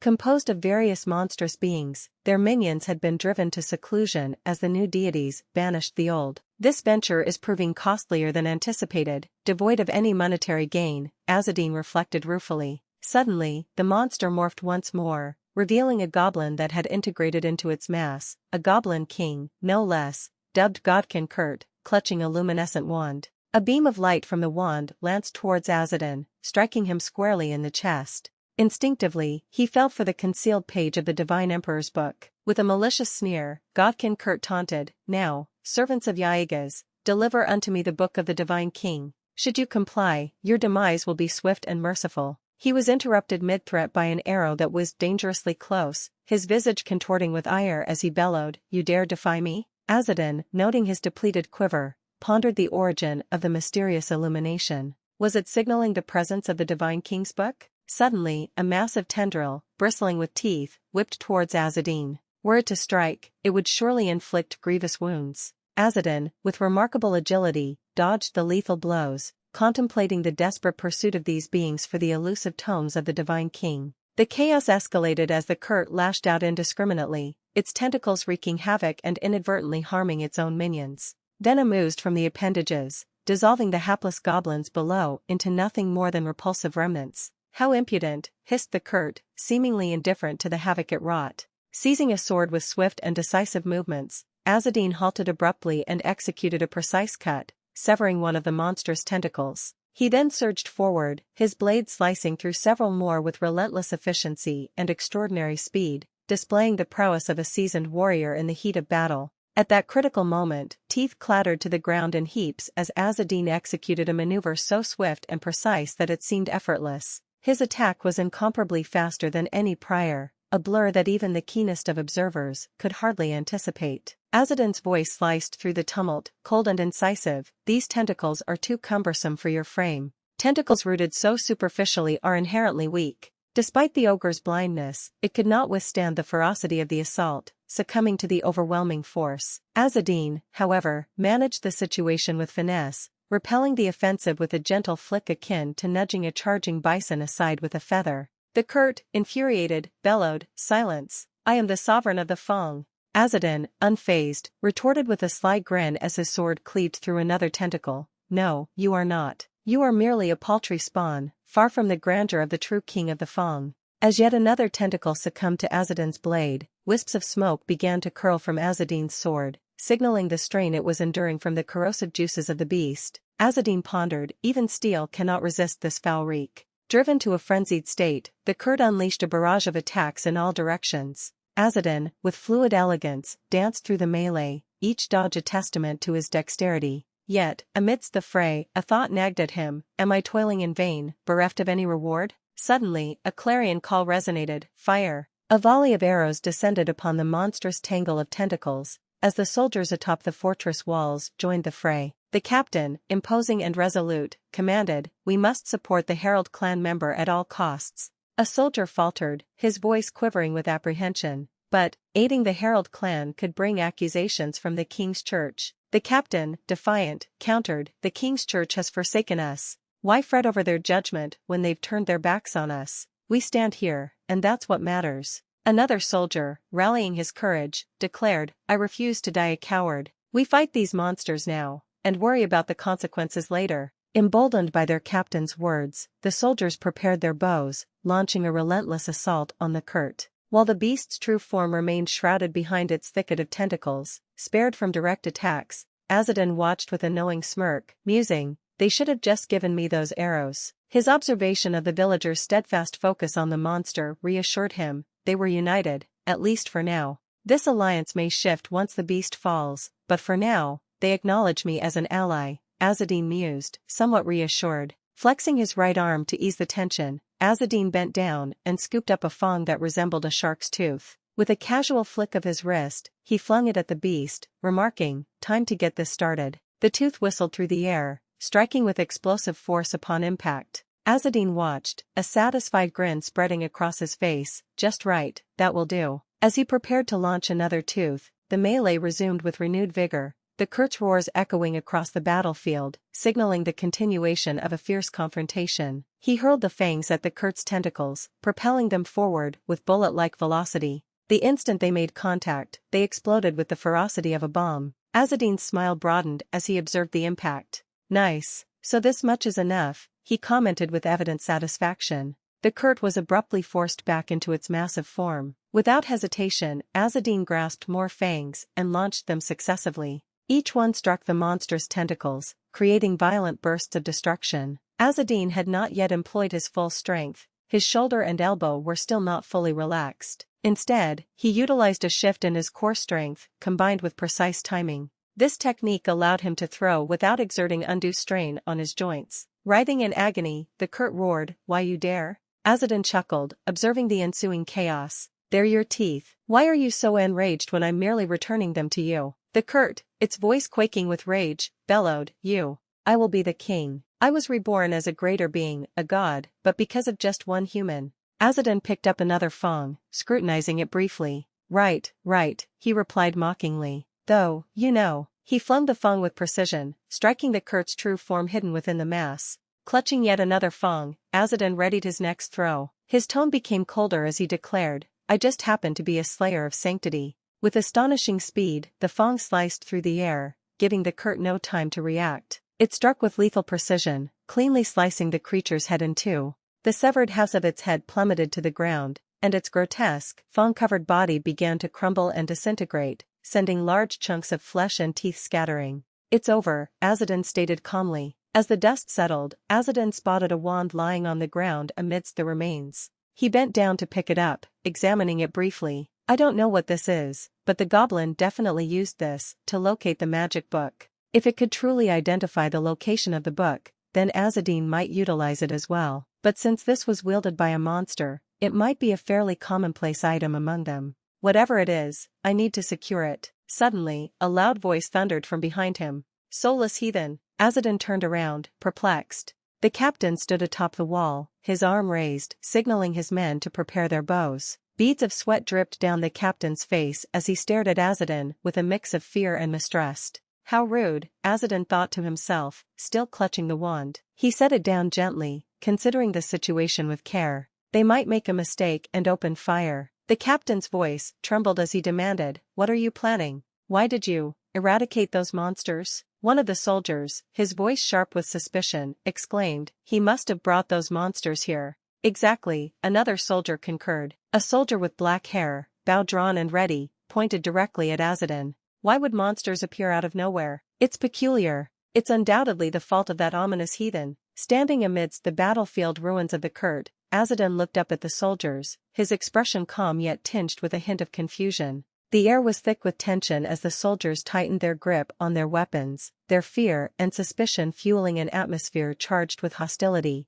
The villagers' eyes were fixed on him with a mix of gratitude and suspicion. Some had already knocked their arrows, ready for confrontation. While a few villagers were grateful for his aid, others harbored doubts. One villager questioned, "What were you thinking? Why did you eliminate the monsters?" Another accused, "They must be the monsters he brought with him." Yet another added skeptically, "Right. Wasn't it odd? How a monster just suddenly appeared?" After hearing their unfounded accusations, Azadin responded in a calm, albeit slightly perplexed tone, I'm not sure why the monster appeared either." Amidst the confusion, Azadin stood unflinching like a lion in the midst of turmoil, his cloak billowing dramatically in the wind. In a steady but commanding voice, he explained, "As you all know, I simply fulfill my duties according to the Emperor's golden coin. Someone used one, actually, to make a wish on your behalf." The crowd froze, their confusion palpable. Breaking the silence, one man exclaimed, "What?" The captain, trembling and soaked in sweat, stuttered, "A wish to the demon of the golden coin?"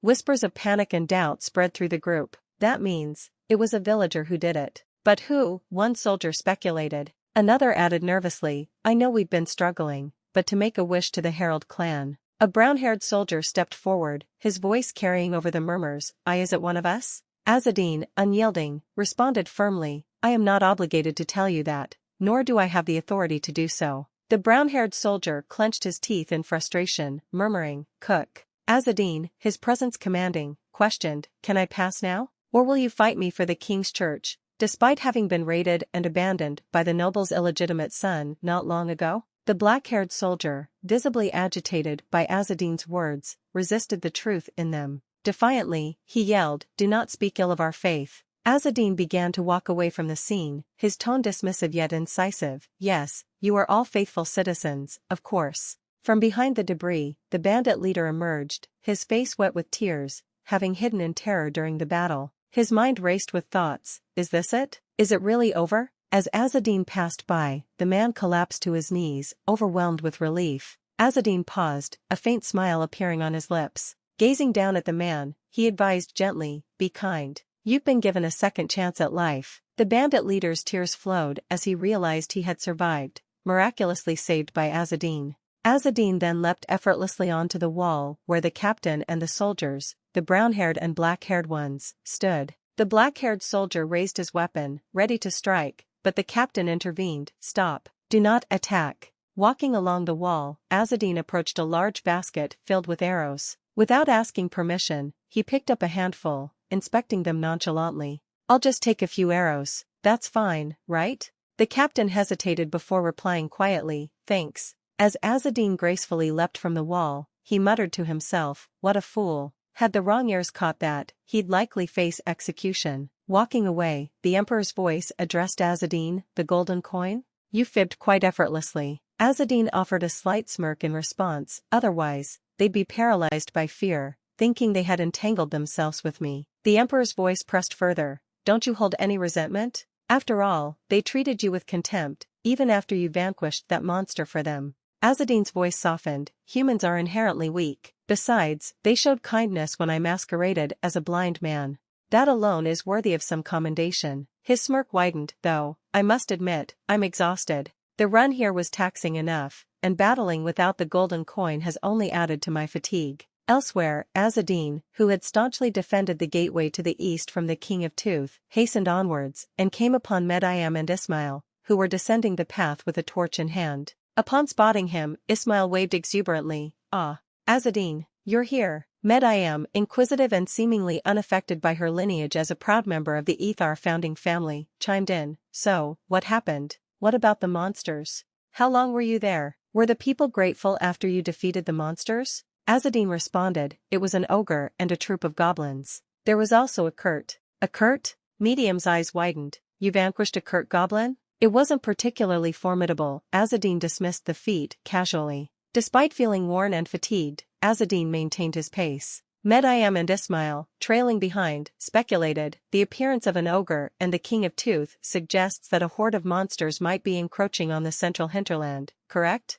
"There's a possibility," Azadin conceded. "Then," Medayam paused for thought, "based on what I observed, there were ogres, magic-wielding goblins, and hobgoblins commanding squads. It resembled an organized military force," Azadin recounted, noting that they seemed to be in search of a copy of the magical book. The realization dawned that a scouting troop of monsters had been dispatched specifically to locate the tome. "Does this mean they possess a number of these staves?" he pondered aloud. Ismail regarded him thoughtfully before commenting, "You expended a lot of energy for no tangible reward." Azadin raised an eyebrow, replying, "Medayam believes there's profound beauty in aiding and protecting others." Medayam puffed out her chest proudly, shooting Ismail a triumphant glance. Azadin, adjusting his gaze back to that of a pilgrim, added with a subtle smile, "Life lacks luster without a dash of aesthetic pleasure." Medayam laughed, teasing, "Ismail's never been one for fun, has he?" Changing the subject, Azadin removed his eye mask and inquired, "It seems you two managed to break free. Did the evacuees simply let you go?" Grinning broadly, Medayam recounted, "They tried to detain us initially,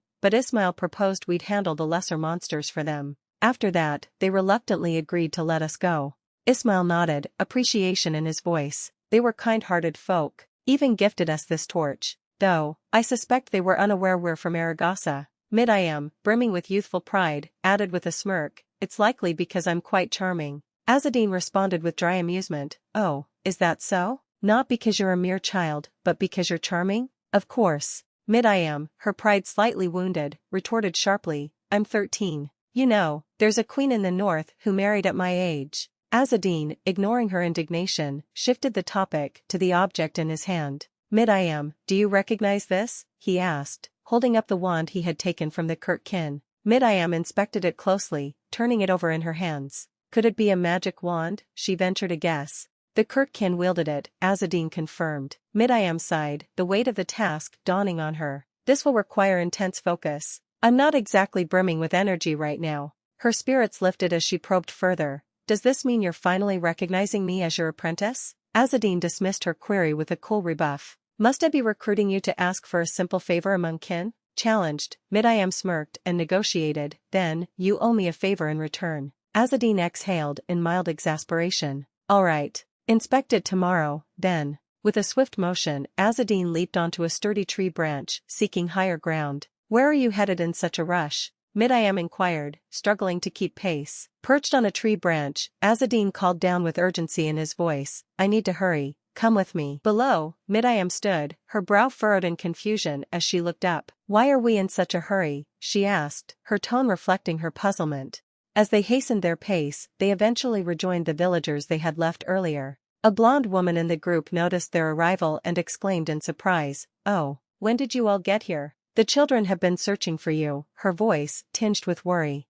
Azadin responded calmly, albeit a bit disoriented. I wandered off a bit. They're clever kids, they'll find their way. More importantly, he hesitated, then continued, I heard cheers of victory from the village. The woman looked puzzled. Victory? I'm not sure what you mean. Azadin offered an awkward smile, leveraging his acute hearing. You might want to consider returning to the village now. He pointed toward the village, suggesting, perhaps you could signal them with lanterns from here? The woman hesitated, unsure, when an older man interjected excitedly, Look, the lanterns at the gates are lit. The vigilante committee must have succeeded. Maybe send a small group to verify first. A wave of excitement swept through the villagers, leading to an impromptu celebration. The blonde woman turned to thank Azadin, but he had already slipped away. Azadin, ever the solitary figure, moved swiftly, muttering to himself about his exhaustion. I'm far too weary for all this fanfare. I could fall asleep standing up. However, his attention was abruptly drawn to a distant smoke plume on the other side of the mountain. He paused, his curiosity piqued.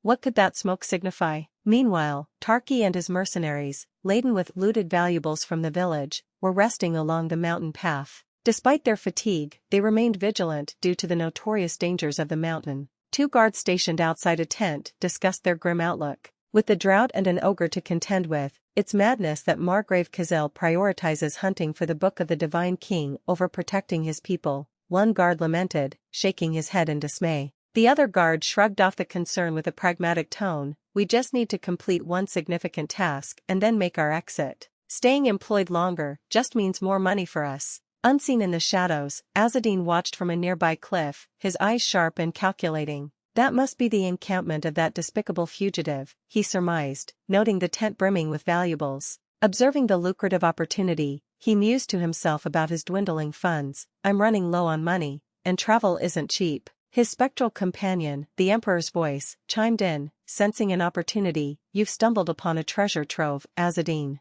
With a calculated smirk, Azadin settled in, contemplating his next move. Indeed, I'm in need of funds. Traveling demands it, after all. The following day unfolded with a tense scene at the mercenaries' camp. Tarki was aghast to find their loot box wide open, its contents pilfered. His voice boomed across the camp, seething with fury. Are you kidding me right now? He bellowed, pointing accusingly at the assembled mercenaries. You let the loot get stolen? This isn't what I hired you for.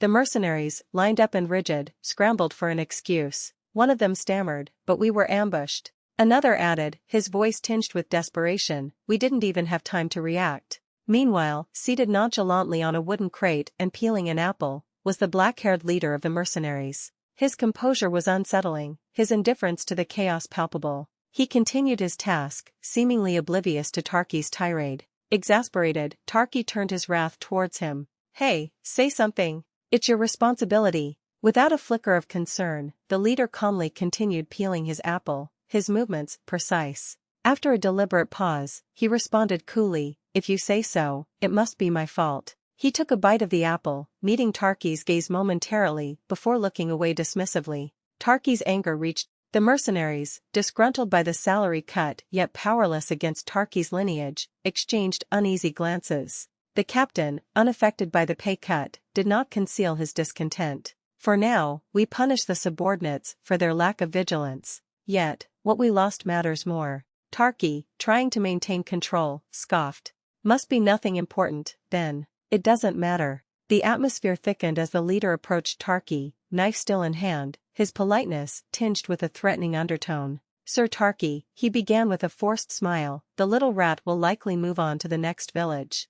Please, use your authority to issue a conscription order there. Tarki hesitated, caught off guard. The closest village is a public stage station, managed by a noble. It'd be difficult to meddle there. With a condescending smirk, the leader challenged, and why should I care? Are you refusing to help?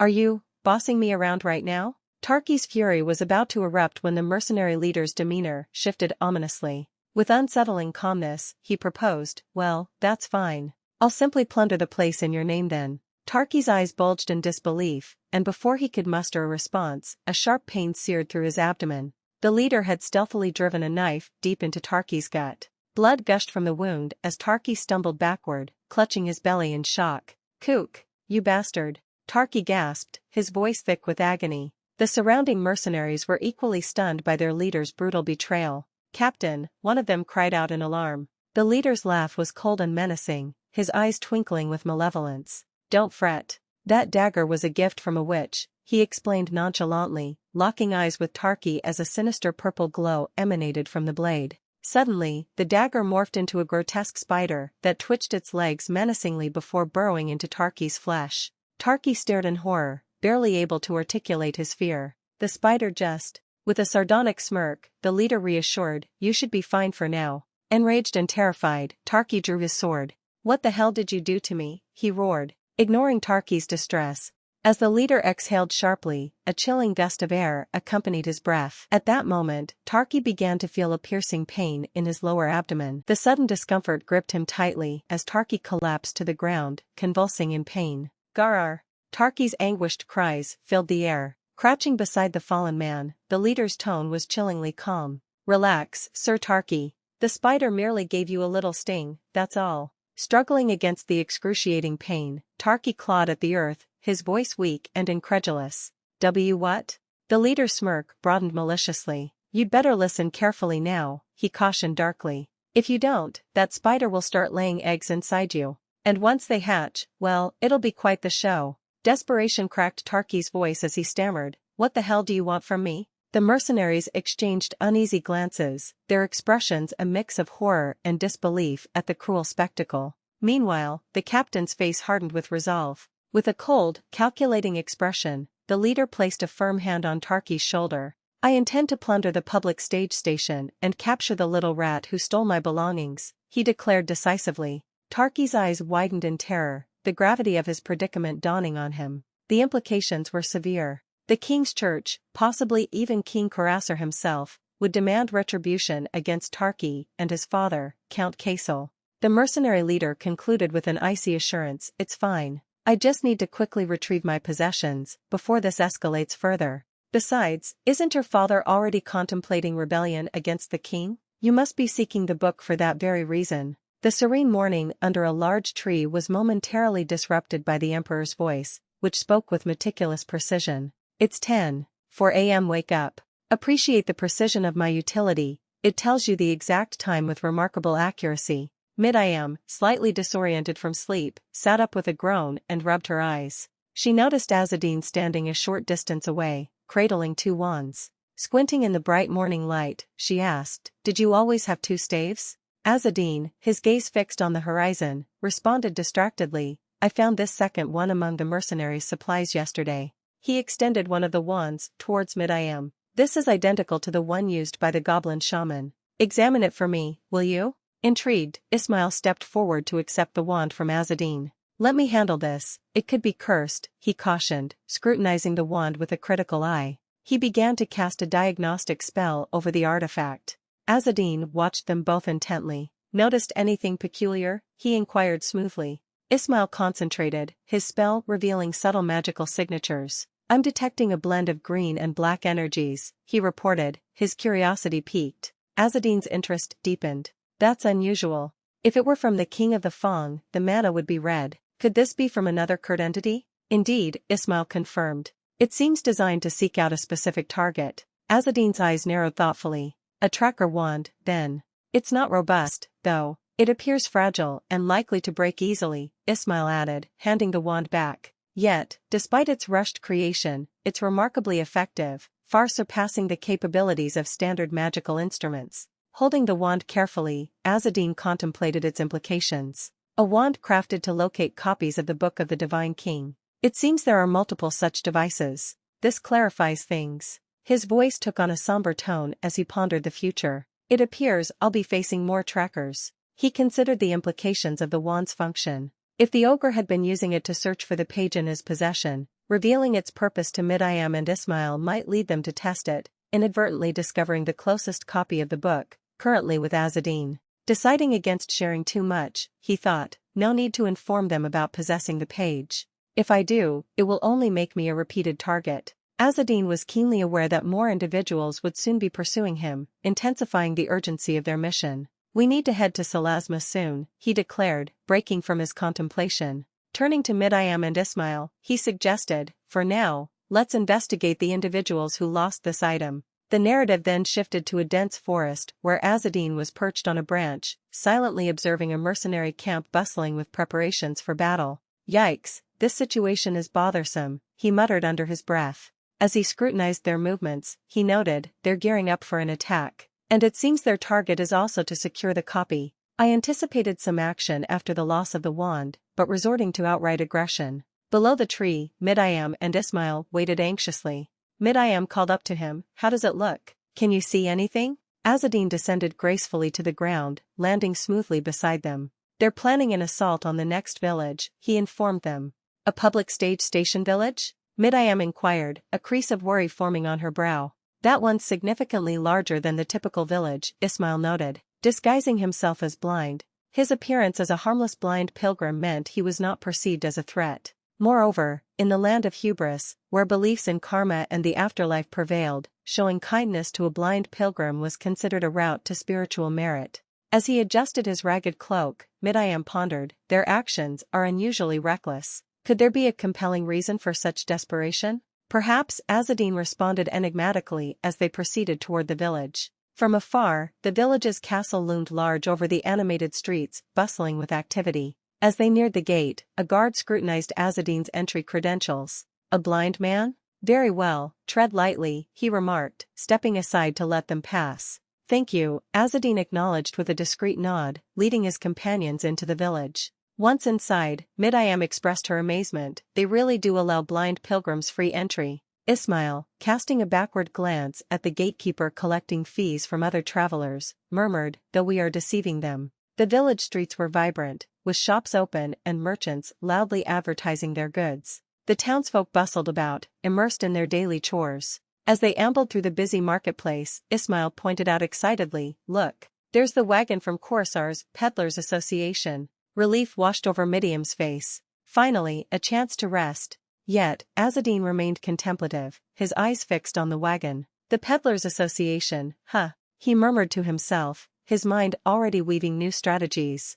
The flashback commenced with two boys seeking refuge, behind a blonde-haired boy, their faces etched with tension as they observed the unfolding events. A condescending voice pierced the silence, taunting someone nearby. So, you're the youngest Herald?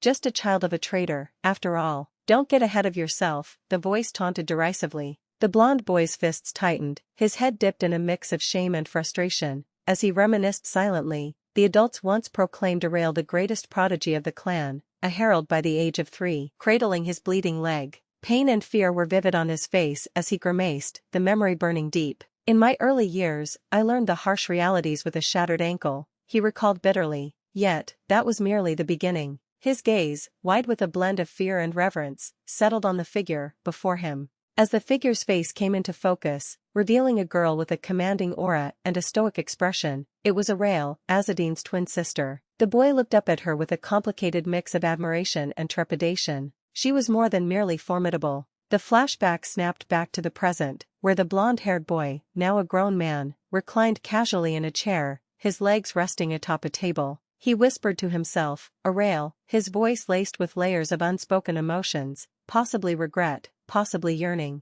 A sudden clamor from outside jolted him from his thoughts. He raised his head, his expression stealing as he was drawn out of his daydream. The narrative then shifted to a recent scene, with the flag of the Corsair Peddlers Association billowing in the wind. The narrator elaborated, originally a humble assembly of itinerant traders with backpacks, the Corsair Peddler Guild had evolved. Now flush with funds, the guild had flourished within Corsair, boasting considerable financial clout and organizational prowess. Yet, unbeknownst to many, it served as a front for the Herald Clan, making every merchant within the association a member of the Aragasa. Azadin strolled past the bustling stalls of the Corsair Peddlers Association, subconsciously touching his neck as he mused, hopefully, we can keep a low profile today. Trailing behind, Medium's enthusiasm was palpable as she practically danced with excitement, exclaiming, we'll finally get to bathe. Encircled by 5 wagons, the caravan of the Corsair Peddler Guild resembled a bison herd safeguarding its young.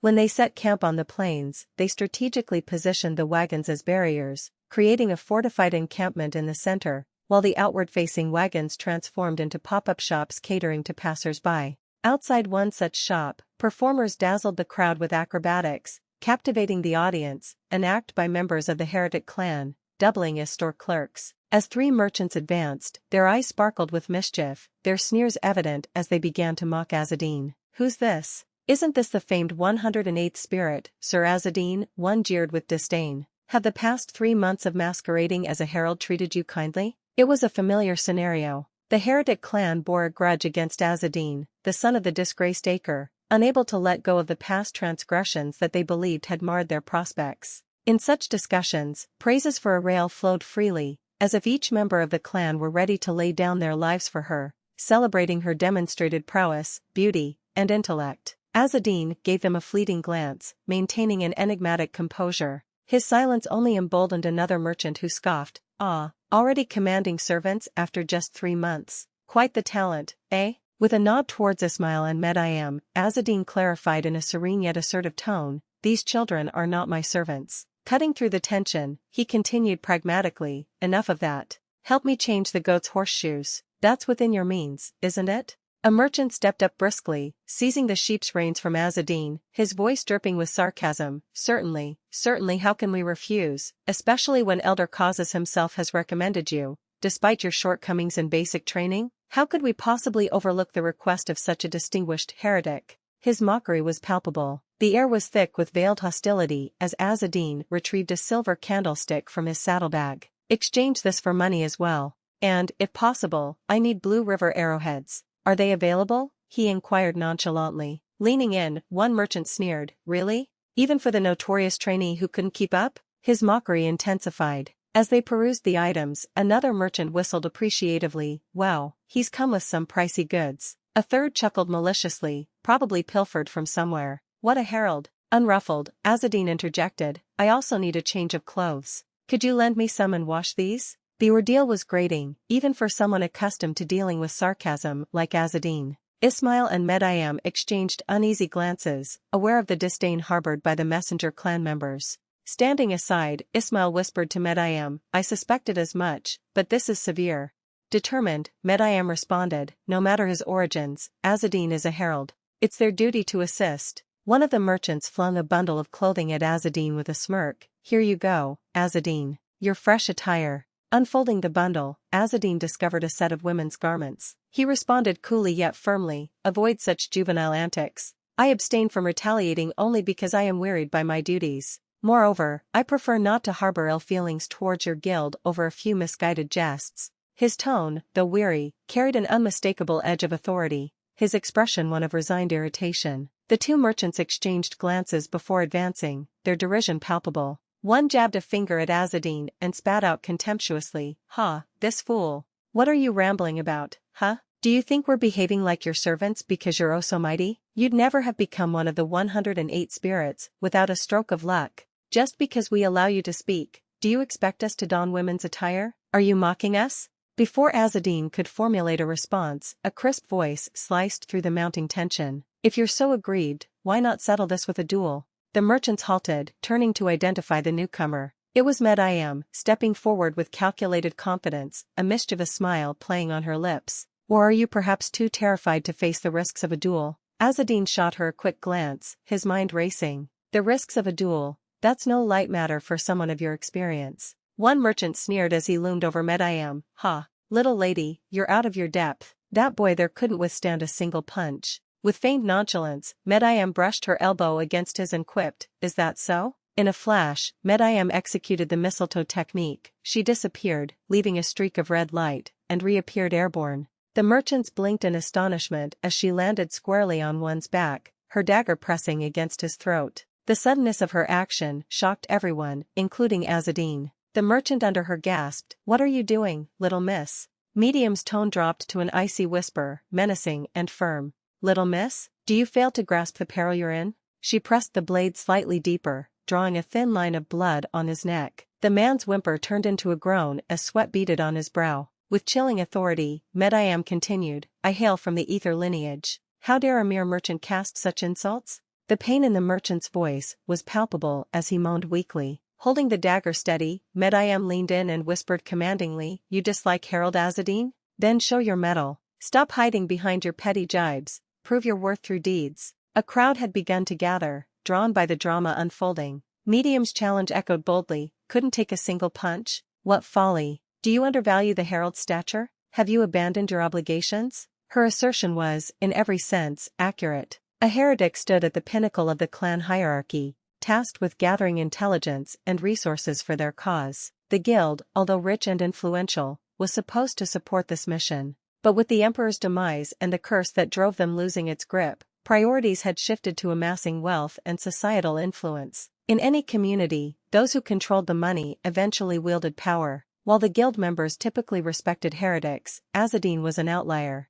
Nevertheless, Medium's declaration resonated with undeniable truth, underscoring a profound reminder of their sworn duties. Medayam confronted the merchant, her voice sharp and commanding. "What is your mission? Isn't it to support the emperor's heretics, for the sake of the clan? Then why do you insult a heretic as if they are worthless? Is this how you fulfill your mission?" The merchant stammered, "No, we." With a scornful snort, Medayam interrupted, "If you harbor disdain for Azadin but lack the courage to challenge him directly, then smile pleasantly like those in hubris when they conduct business. Can you manage even that? If not, you're unfit to be even a servant. You might as well go farm in sanctuary or meet your end here at my hands. You're not a true heretic, but merely a child ignorant of what is right. Your aspirations are futile." Before he could respond, the crowd parted, and a new figure emerged. All eyes turned toward the newcomer, a blonde-haired man, his demeanor composed and radiating authority. Azadin and Ismail tensed immediately, their faces mirroring concern, while Medayam maintained her stoic, calculated composure.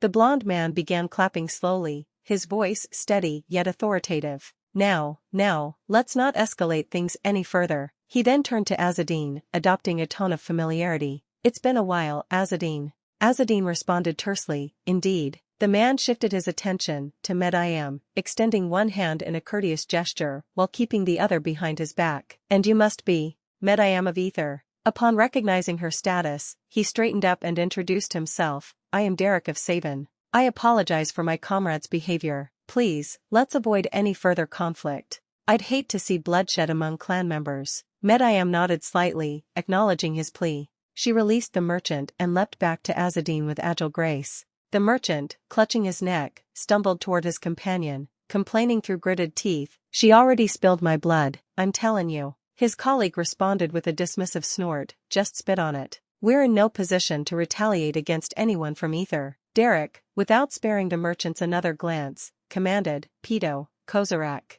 Remember your duties to the association." The merchant stiffened, promptly responding, "Yes, sir," their tones reflecting a mix of respect and resignation. Their earlier bravado dissipated, replaced by a sober realization of their place within the clan hierarchy. Derek approached Azadin with deliberate steps, his voice soft as he passed by. "Azadin, go wash up and come over. Let's at least share a meal together." Azadin watched him walk away, his thoughts a blend of irritation and indifference. Why bother? He wondered silently. After enjoying a refreshing shower, Azadin dried off, revealing his chiseled six-pack and the faint scars from past battles that marked his body. As he stood, he mused to himself, "It feels revitalizing to soak in a bath after such a long time." Nearby, Ismail relaxed in the hot water tub, eyeing Azadin. "Azadin, why did you just stand there? Even if it's due to the circumstances of your birth, your twin Arail is highly revered, isn't she?" Azadin remained silent as he continued drying off, while Ismail added, I've heard that those who dare challenge Arail, or even speak ill of her, quickly regret it.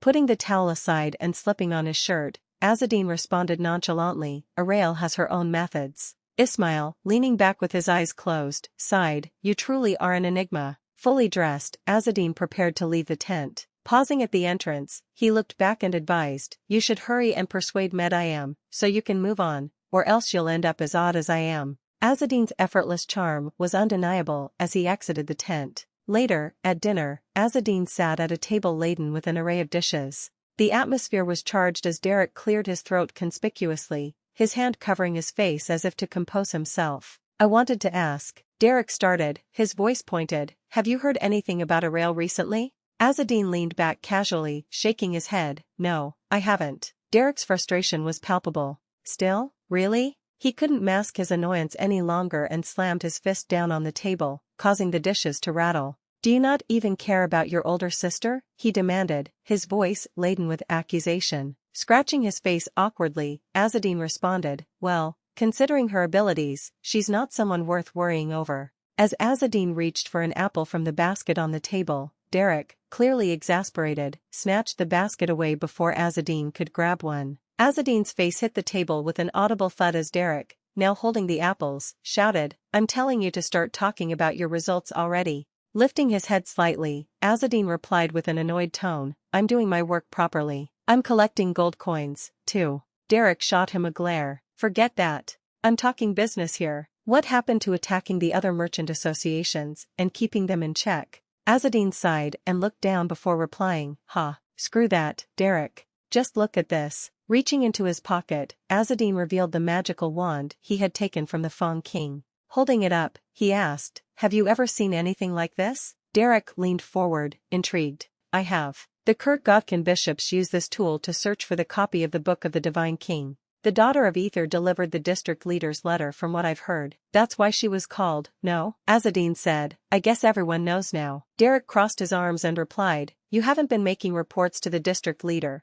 so aren't you the only one who doesn't know? Examining the wand closely, Derek added, anyway, bringing in this wand is a good contribution, though it would have been best if you'd brought the Book of the Divine King's copy itself. Azadin, once again reaching for an apple, replied coolly, I did, though. Derek froze. His eyes widened in disbelief, his composure slipping entirely. What? He stammered. Azadin brought the apple closer to his mouth, about to take a bite, and said nonchalantly, I guess all the other heralds came back empty-handed, huh? Before he could sink his teeth into the fruit, Derek grabbed Azadin's wrist, his grip firm and commanding. Azadin. Derek barked, his voice loud and sharp. Hand over the copy. Azadin looked at him, confused but calm, his expression a mix of surprise and amusement. Derek's shout echoed through the area, capturing everyone's attention. His frustration was palpable as he glared at Azadin, who remained calm, nonchalantly holding an apple, seemingly unaffected by the outburst.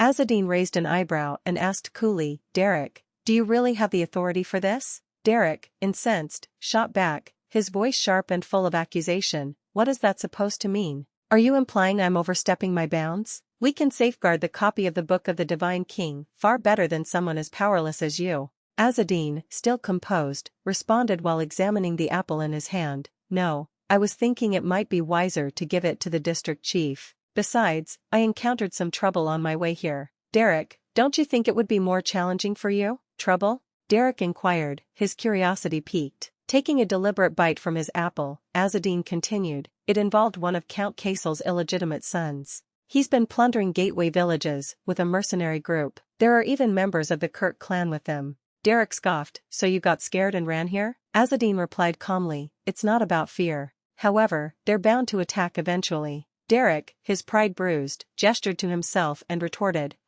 do you think we'd lose to them? I might have been defeated by Arail once, but remember, I am a former herald. Azadin, taking another bite of his apple, said with a hint of concern, you think it's not a problem? You're willing to fight, then? The merchants of the Coruscant Peddler Guild have shown their true colors. Rumors like these could undermine the merchant guild you've worked so hard to establish. Am I wrong? Derek, visibly impatient, snapped back, that's irrelevant. The priority is to protect the copy of the Book of the Divine King. He pointed accusingly at Azadin, adding, "Besides, you're far weaker than Arail." Azadin, massaging his temples, sighed, "You're still talking about our childhood." As Derek ranted on, Azadin's mind wandered to his past conflicts with Arail. "Back then, I was no match for Arail. I've grown much stronger since, but Arail today, she's the most formidable warrior among us, revered by countless followers. It's been years since I last saw her. I can't even begin to imagine her current strength." Derek interrupted, "I'm not interested in the past. Just hand it over now, so we can ensure its safety. Unless you want to risk losing a fortune you were merely lucky to find." Azadin nodded slightly, his voice firm. "I'd rather not hand it over to you, Derek. I'll discuss this with the district chief later." Frustrated, Derek slammed his hand on the table, his anger boiling over. "This is ridiculous. You can't protect it with your skills. You've just been fooling around these last 3 months without doing anything worthy of a herald." Resentment simmered in Derek's tone as he faced Azadin. "No? I've been saving people here and there," Azadin retorted calmly. "You foolish man. How can you utter such naiveties?" Derek exploded. "Our real tasks should be to obliterate rival guilds, assassinate our adversaries, and even torch their storehouses to manipulate market prices." The chasm in their understanding of a messenger's duties seemed vast. Azadin shook his head, his frustration evident. "Considering our stark differences, I see no point in this discussion. I certainly won't be handing it over to you." "You impudent youth," Derek sneered, his voice dripping with disdain. "Aren't you 2 years my junior? How dare you speak to me with such insolence?" Indeed, Derek had been forced into retirement after a defeat by Arail,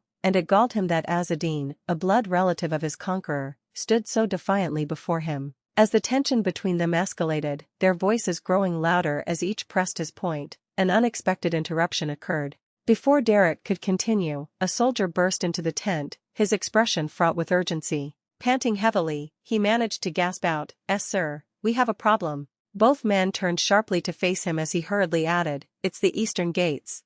The scene transitioned to earlier that day at the eastern gates of a bustling post town, where a group of soldiers, clad in basic armor and wielding spears, stood guard. Among them, a prominent figure with a scar on his lip took the lead, Sir Jaren, a young knight financially beholden to Count Salasma and the 25-year-old son of a nearby baron. Though still the heir in title, Sir Jaren's position was precarious, his father showed no signs of passing, and his stepmother's influence was growing. With his mother deceased since his adolescence and a half-brother potentially supplanting him, Jaren felt the acute pressure to secure his future, which led him to leverage his position at the gates for personal gain, often accepting bribes to ease the passage of merchants. As Sir Jaren's sharp gaze swept across the horizon, he noticed an unsettling movement, a considerable force approaching. It was Tarki, the notorious illegitimate son of Count Kaisel, accompanied by his band of mercenaries. The sight of the armed contingent set Jaren on edge. Are they armed?" Jaren muttered to himself as he scrutinized the approaching group. As Tarki and his mercenaries drew closer, Jaren stepped up decisively, raising his hand to stop them.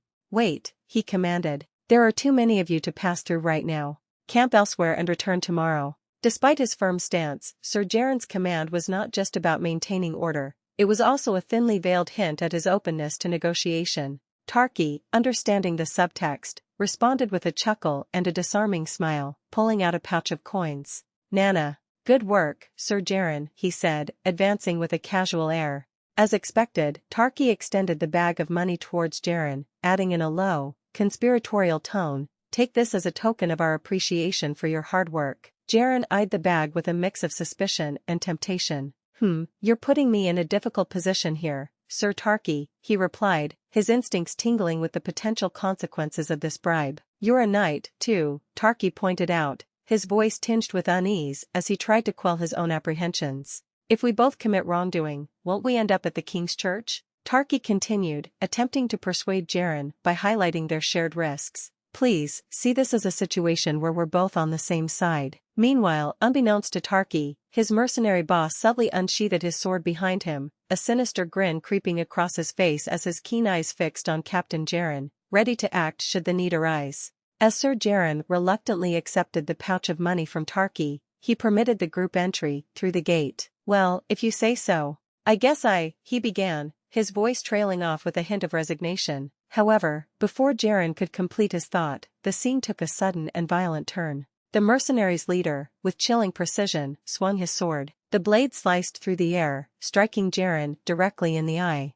With one clean and fatal slash, Jaren collapsed lifelessly to the ground, his body crumpling into the dirt as blood began to seep into the soil around him. The guards, stunned by the swift brutality, watched in horror. The mercenaries wasted no time, turning their weapons on the remaining guards and cutting them down with ruthless efficiency. Panic ensued as Tarki, witnessing the unexpected escalation, took a shaky step back. "Hey, I didn't want him dead," he stammered, his voice filled with fear and confusion. He had only intended to detain Jaren, not to kill him. Yet, the mercenary captain, indifferent to Tarki's intentions, delivered the fatal blow without hesitation. With a casual yet malevolent smirk, he replied, "You should be happy, young master. A raid is no fun if we don't do this much." The captain's laugh was mean and devoid of remorse as he surveyed the campsite near the gate's entrance. "Take it easy," he advised with a cruel twist of his lips. "Shouldn't there be a lot of distance we need to cover and loot? You will be making a huge fortune." His true intention was clear. He sought control of the gateway, especially now that he had lost the staff necessary to locate the magic book. "First, let's kill the station attendant and seize it," he instructed coldly.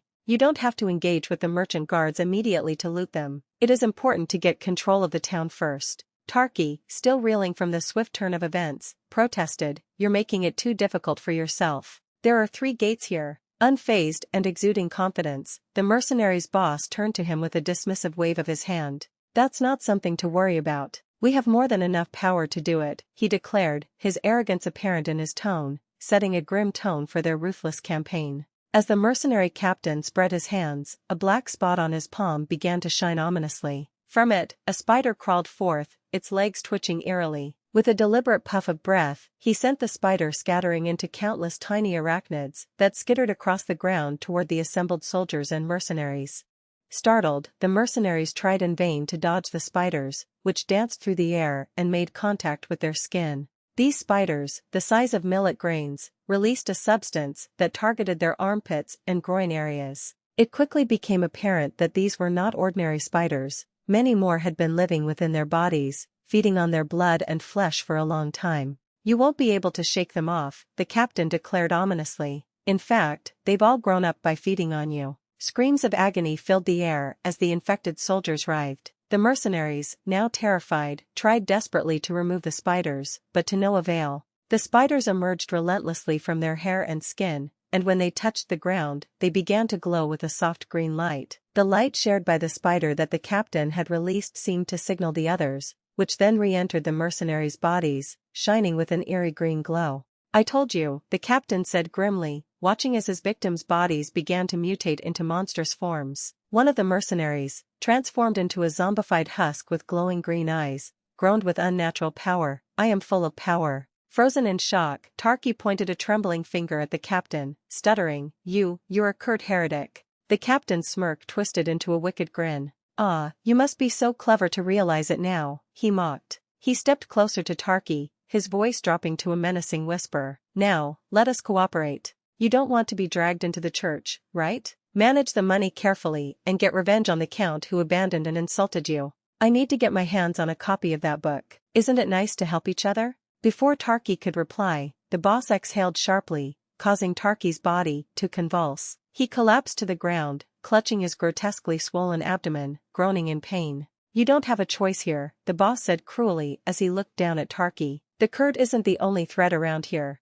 We are more flexible than the King's Church." Now powerless, Tarki watched as his zombified soldiers, their eyes glowing an eerie green, moved with terrifying speed to carry out their master's command. "No one leaves this village," he ordered through clenched teeth. The green-eyed soldiers dispersed in all directions, sealing the fate of the village under the moonlit sky. "Get the rat," the boss snarled, orchestrating a dark symphony of control and terror. The scene shifted to the gates, where merchants, in a state of panic, attempted to flee. One merchant shouted, "Why can't we leave?" An imposing soldier, standing 8 feet tall with glowing green eyes, stepped forward, effectively blocking their path. His voice was unnaturally deep and menacing as he declared, "Because we said so." Behind him, a shimmering green barrier loomed ominously, cutting off any hope of escape. Desperation crept into the voice of another merchant who yelled, "Move. I'm heading out." However, the monstrous soldier grasped him by the face, lifting him effortlessly off the ground. With a hiss, the soldier tightened his grip and stated, "I said, no one is allowed to leave."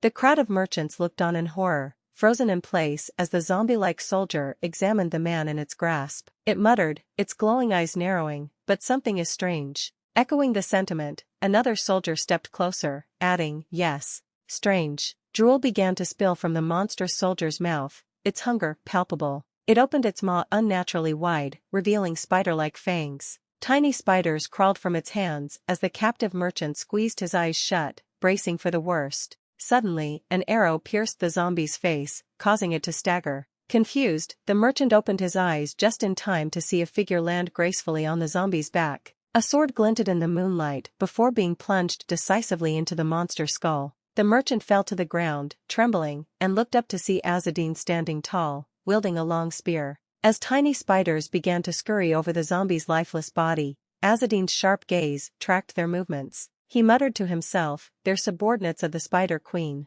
Arthra." His presence and quick action brought a brief moment of relief amidst the chaos at the gates. Azadin stood atop the fallen soldier, his figure silhouetted against the flickering light of nearby flames. From behind, Medium's voice, filled with concern, rang out, "Azadin, did you defeat it?" He turned slightly, his expression calm yet resolute, and replied in a steady voice, "No, this is just the beginning." His sharp eyes quickly scanned the surroundings, before he pointed toward a nearby tent. "You two, get your food from the table in that tent." He directed Medium and Ismail towards the tent where he and Derek had been eating earlier. Ismail hesitated, confusion etched on his face. "Food, in this situation?" Azadin's voice rose in firm command. "Of course. There are so many people starving to death in this world. You shouldn't take food so lightly. Go take it." Before Ismail could respond, Medium screamed, "Azadin, behind you." Azadin spun around just in time to see one of the muted soldiers rising again. Its grotesque form moved unnaturally as it swung its decayed hand at Azadin, who leapt back effortlessly to avoid the strike. The other muted soldier stood alongside it, both chanting in guttural voices, "Meat, hungry, living meat." The screams of the women in the merchant caravan filled the air, mingling with screams from all around the town. The mercenaries, who had spiders implanted in their bodies, possessed terrifying strength and could slaughter the soldiers instantly. However, none of them could overcome their hunger and began consuming humans. Azadin studied them, his sharp gaze narrowing as he noticed spiders falling from their open mouths along with drool. He thought to himself, "They're still moving despite their condition. The spiders must be controlling their nervous systems." The two muted soldiers lunged at Azadin, growling. Calm and calculating, Azadin dropped his spear and bent down to pick up a piece of cloth from the ground. A confident smile crept across his face as he said, "Then what will happen if I send shocks through their bodies, I wonder?" One of the muted soldiers swiped at him, but Azadin swiftly dodged the attack, his movements fluid and precise. Holding the cloth in one hand, he threw it toward one of the muted soldiers. As his other hand touched the cloth midair, a sudden surge of energy rippled through it, producing a shockwave. The electrified cloth struck the muted soldier, sending it crashing to the ground as spiders spilled out of its collapsing body. Just as Azadin prepared for his next move, a spider-like leg shot toward him. New long legs, resembling an exoskeleton, grew from their backs to make it easier for them to tear apart the corpses and consume them. He dodged again, only for another leg to lunge at him from the other side. He leapt back, narrowly avoiding the attack. The two muted soldiers began to mutate further, their grotesque forms evolving. Each now had two massive spider-like legs protruding from their backs, and the one that had been hit by the shockwave now bore a gaping hole in its torso. Azadin observed them with a faint smile. He evolved. Azadin was forced to back away, but the mercenaries began moving and tore away the cloth on them. "This is bad," Azadin mumbled, his voice low with concern. Suddenly, a torch was thrown towards Azadin. He caught it effortlessly and faced the advancing spider-muted soldier. With a swift motion, he struck them with the blazing torch. The creatures shrieked in agony as their grotesque legs caught fire, flailing wildly and screeching, "Hot! Hot!" From the side, Ismail joined the fray, hurling torches at the creatures. Together, they formed a ring of fire, trapping the spider-muted soldiers within the inferno. The creatures thrashed and screamed, "Yug," as the fire licked at their monstrous forms, the tiny spiders within them vulnerable to the intense heat. The bugs, susceptible to flame, could be thoroughly burnt with just a little exposure. Azadin nodded in approval. "Nice work. Make sure the fire doesn't reach the merchants' tents," he instructed, his voice steady. He mused to himself, this isn't half bad. The other merchants, witnessing the scene, shouted in excitement, look over there, the fire's working on them. Inspired, they began throwing their own torches at the muted soldiers, yelling, burn those bastards. The flames engulfed the muted soldiers, their tortured screams echoing through the air. And no, fires. They groaned in agony. Azadin, holding his torch, stepped forward calmly. Ah, you should stay still, he said with chilling calmness. He thrust the torch into the face of one of the burning muted soldiers. You should stay nice and toasty. The spiders tried to escape the mercenaries' bodies as the heat shocked them, abandoning their safe house and food source in panic. However, if they attempted to hide inside another body, they would burrow into the flesh of a human who had not yet mutated, causing rejection and pain. The muted soldiers writhed in pain, their bodies collapsing under the intense heat. As the last one fell to the ground, consumed by flames, Azadin stood tall, taking a deep breath. Phew, he exhaled, his composure unshaken. He turned to Medayam, his tone urgent. What about the food and water? Medayam, with a proud grin, held up their haul and boasted, we got everything we could find. Ismail, still catching his breath, asked with concern, should we bring the goats over? Medayam stepped forward with a confident air, moving Ismail aside, and pointed at herself with a show-off demeanor. Hold on, weren't we really useful just now? She asked, a smug grin spreading across her face.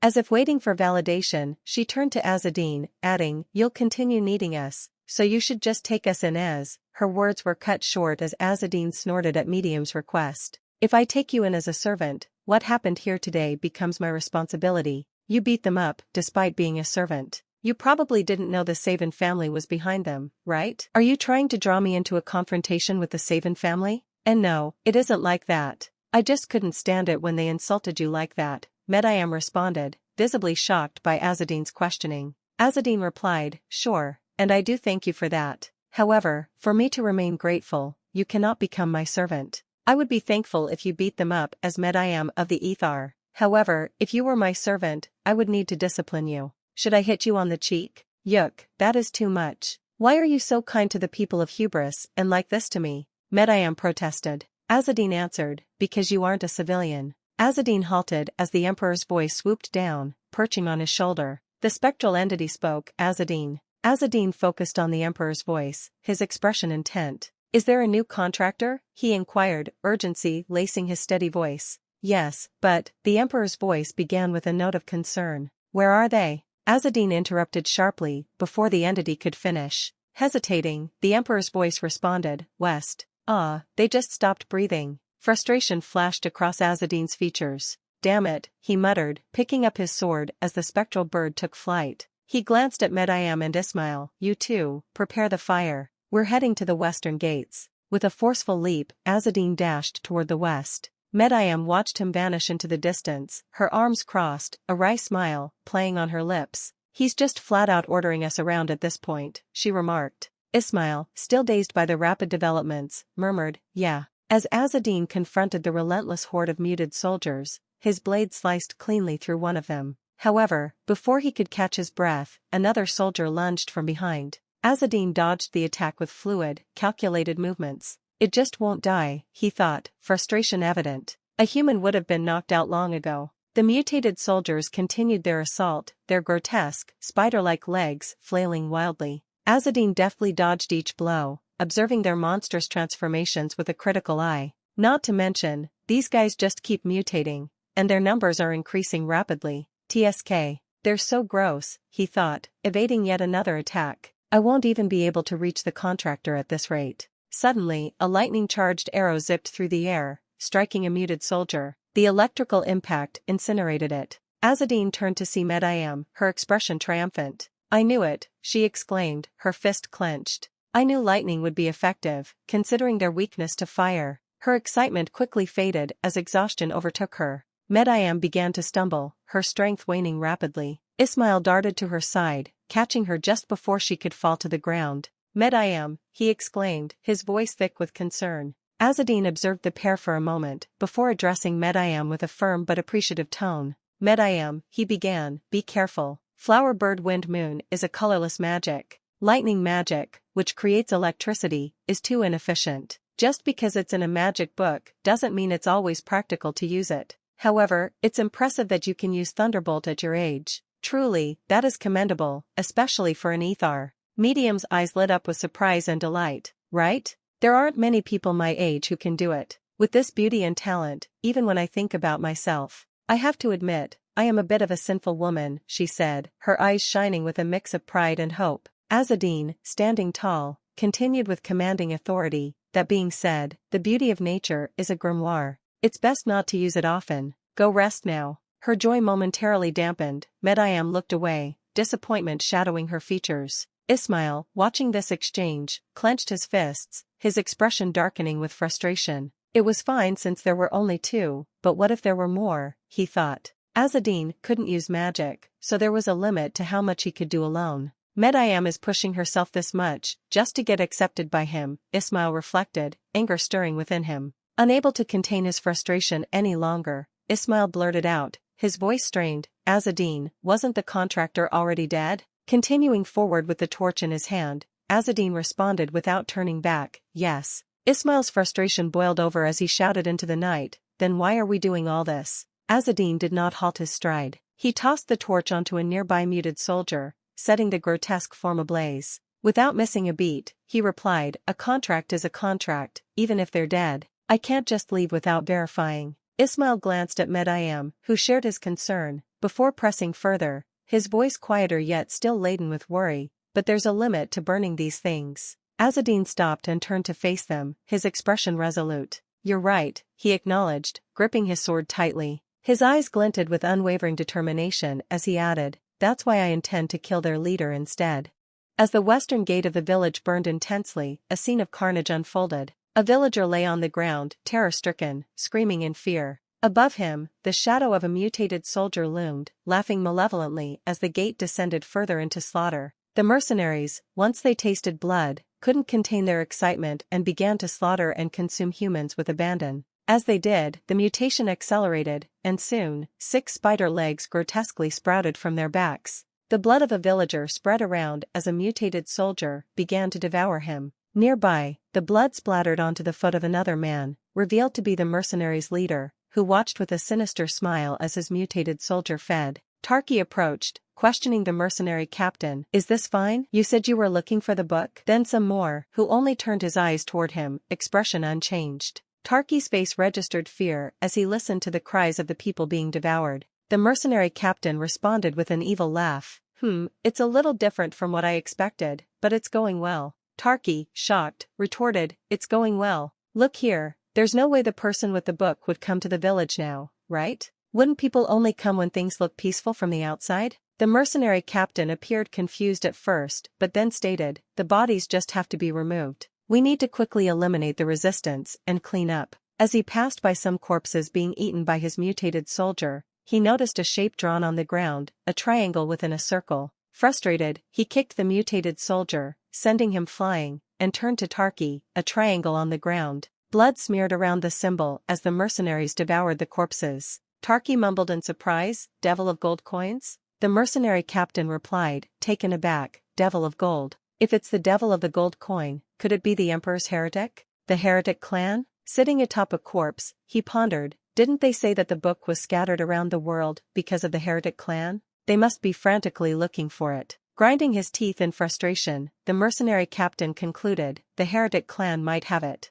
Tarki, in shock, asked, are you going to fight the devil of the gold coin? As he stood, the captain mused, of course, there are only a rare few aside from those people who could infiltrate our camp, stealthily steal our belongings, and escape. It's not the mindless act of a random thief. He chuckled, then added, let's see, no gold coins. Did you use it? If so, that's fine. A heretic will come. With a strategic tone, he suggested, if we know when the enemy is coming, we hold the advantage. Shall we set a trap? Suddenly, Tarki noticed a bright light behind him and exclaimed in confusion. Before he could react, an arrow zipped past him. It wasn't aimed at him. Had it been, he would have been dead. Instead, it targeted the mercenary captain's head. With swift reflexes, the captain caught the arrow effortlessly. Breaking it with his hand, he remarked, funny, that was quick. We were being observed after all. As he discarded the arrow, another was already hurtling towards his face. The captain laughed off the threat.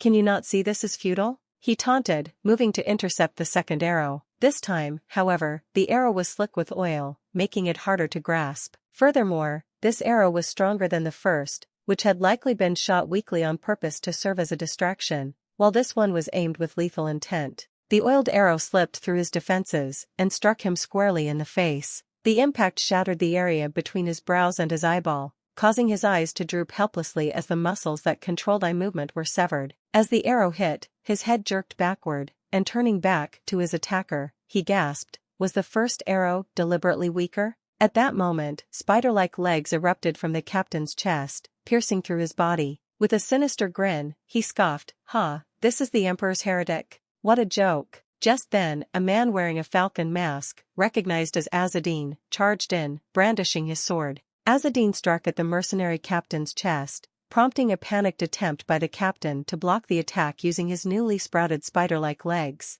With a smirk, Azadin taunted, "You're quite the character, Herald Clan." Before Azadin's sword could strike, the captain parried with his own blade. Azadin continued his assault, each swing met by the captain's defensive maneuvers. In a swift motion, Azadin reached for the hilt of the captain's waist-bound sword with his free hand and drew it. He delivered a blow that should have broken the captain's jaw. Yet, instead of falling unconscious, the captain remained alert, aided by the reactive spiders within his body. As Azadin and the mercenary captain clashed fiercely, Tarki found himself cowering to avoid being caught in the crossfire, silently grateful for his instinctive evasion earlier. Observing the brutal fight, a thought crossed his mind: the outcome could be disastrous for him regardless of which monster emerged victorious. Retreating to a corner, he was overwhelmed by emotion, yearning for the comfort of his mother. In the midst of the chaos, Azadin executed a sudden leap, appearing before the mercenary cap and striking down, severing a spider leg instead of reaching his intended target. The leg, now powerless, dangled uselessly, witnessing his diminished state. Facing the mercenary captain, who was desperately trying to maintain his composure, Azadin gripped his sword with both hands. He contemplated the captain's resilience and authority, evident even in his monstrous form, hinting at his significant rank within the court. Confronted by Azadin, the captain inquired, "Are you a member of the Heretic clan?" His body then began to transform as more spider legs sprouted, his tone arrogant. "With your level of skill, you cannot kill me." Azadin, unfazed and slightly puzzled, retorted, "Then what?" Before the captain could react, Azadin vanished and reappeared in front of him, taunting, "Well, you are still just a spider, right?" As the captain tried to retreat, he shouted furiously and maneuvered his newfound limbs to strike. Azadin, cool and detached, mused on the beauty of nature, flowers, birds, wind, and moon, a reference to the transient beauty of combat. Just as the captain's legs reached where Azadin had stood, he disappeared in a puff of black smoke, only to reappear behind the captain, delivering a swift, decisive blow. Spiders cannot scratch their backs, Azadin thought, invoking the mistletoe technique. The captain's head was severed cleanly, tumbling towards a petrified Tarki. As small spiders scurried from the stump in a futile attempt to regenerate, their efforts were in vain. Tarki, witnessing the swift decapitation, was horrified by the ease with which Azadin had dispatched the captain. Azadin, having delivered the fatal strike, stepped forward and crushed the remaining spiders underfoot, his cloak billowing as he covered the wound to prevent any resurgence. The finality of his actions left no room for doubt or survival for the mercenary captain. As Azadin approached, Tarki's anxiety spiked, his eyes wide with fear. Azadin's presence loomed over him as he inquired with a hint of curiosity, "Was this guy the leader?" He didn't lose his sanity, despite becoming a spider. He must have been a high-ranking member of the Herald clan. Despite his fear, Tarki managed to maintain his composure. "Ah, wait. I am," he stammered, his voice trembling. Azadin's sword, still stained with the blood of the mercenary captain, was not directed at Tarki, yet the threat lingered in the air. "Aren't you a heretic? Then don't kill me," Tarki pleaded. Azadin's response was chilling, "It doesn't matter to me whether you are a noble or not." Interrupting him, Tarki frantically pulled a necklace from his pocket, his hands shaking as he held up a small leather pouch. "No, not that. Look at this," he said, his voice urgent. He extracted something from inside the pouch, a gold coin. Azadin's expression shifted to surprise as Tarki extended the coin towards him. The sight of the Emperor's gold coin clearly unsettled him. Silence fell between them for a moment. Tarki, gathering his thoughts, revealed, "As I thought. My mother told me this. You can make a request to the Heretic clan using the Emperor's gold coin. Azadin's face remained impassive as he responded, even if you have a gold coin, it doesn't mean anything without a petition. Frustrated, Tarki exclaimed, "Ah, damn it, fine." He tossed the coin towards a triangle shape drawn on the ground. The coin disappeared with a flash of golden light illuminating the triangle. Azadin sheathed his sword and stepped closer, his demeanor somewhat softened. "How is that? I am your employer now, right?" "The correct term is petitioner, not employer. What is your request?" Azadin corrected him calmly. Desperate, Tarki blurted out, "I was infected by that spider. Help me." His plea filled with urgency reflected his desperate situation, seeking salvation from the creature's venomous legacy. Azadin exhaled deeply as the Emperor's voice resonated, announcing, "The petition has been accepted." With a hint of irritation, Azadin questioned the voice, "Why must I accept a petition from this scoundrel?" Overhearing the remark, Tarki objected, "Calling me trash is a bit harsh," his voice tinged with hurt. His protest fell silent under Azadin's stern gaze. Seeking clarification, Azadin inquired, "Where did you obtain the gold coin?" "My mother gave them to me," Tarki responded. "And the mercenaries?" Azadin pressed further. "My mother hired them," Tarki admitted. Despite his illegitimate status, his mother hailed from a wealthy lineage. She had been promised official acceptance into her husband's family if she could secure a copy of the magic book, prompting her to hire mercenaries for Tarki and provide him with Emperor's gold coins. Azadin eyed him skeptically and remarked, "Mother did this, mother did that. Is this what a man who has plundered a village claims? You are behaving like a child." Tarki bristled with anger, retorting, "What? You cur, how dare you speak to your employer like that?" Azadin's blade whisked past Tarki's nose, a hairbreadth away, making him acutely aware of the thin line between caution and harm. "It is problematic if you treat me as some mere servant, because you handed over one coin. The Emperor's petition does not buy you a slave for a coin, it affords protection only." Tarki, shaken, stammered, "Then, what are you going to do? Before we proceed, are you incapable of magic?" Azadin probed further, then added, "Your stepbrother is Kozel, correct?" "You know Kozel?" Tarki asked, surprised. Azadin dismissed the question with a wave of his hand. "Regardless of how lowly you consider your status, being descended from the 8 heavenly kings means you should possess some magical ability, right?" "Ah, damn it." Just then, Azadin heard his name called out. Turning his head, he saw Medayam and Ismail approaching. He quickly briefed them on the situation. Medayam looked infuriated while Ismail appeared concerned. Pointing her finger accusatorily, Medayam demanded, "So, that guy over there filed a petition?" Azadin, crossing his arms, confirmed, "Yes, that's right." His posture and tone conveyed both resignation and authority as he faced the unfolding complications. Azadin turned to Medayam, his voice tinged with urgency, "Could you use Thunderbolt one more time, albeit weakly, please?" Medayam, looking perplexed, responded, "Thunderbolt? Me? Yes, please do me this favor," Azadin implored. Although he had inquired whether Tarki could wield magic, Azadin himself lacked the ability. Clutching her bow, Medayam explained, "I possess some secret techniques, but even with those, it's challenging to eliminate the spiders without harming the host." She then questioned, "As someone from Manita town, I'm willing to assist. But isn't it excessive to be bound by a gold coin contract?" Her words struck Azadin sharply. "I will help you under the contract, but you're not even a professional." Medayam then posed a critical question, "Can't you just accept me without making me a servant? If so, I'll use Thunderbolt." Medayam knew how to leverage guilt effectively. If Azadin didn't recognize her as a servant, she would withhold her magical abilities. Faced with a dilemma, Azadin hesitated, contemplating whether to acknowledge her just to harness her magic.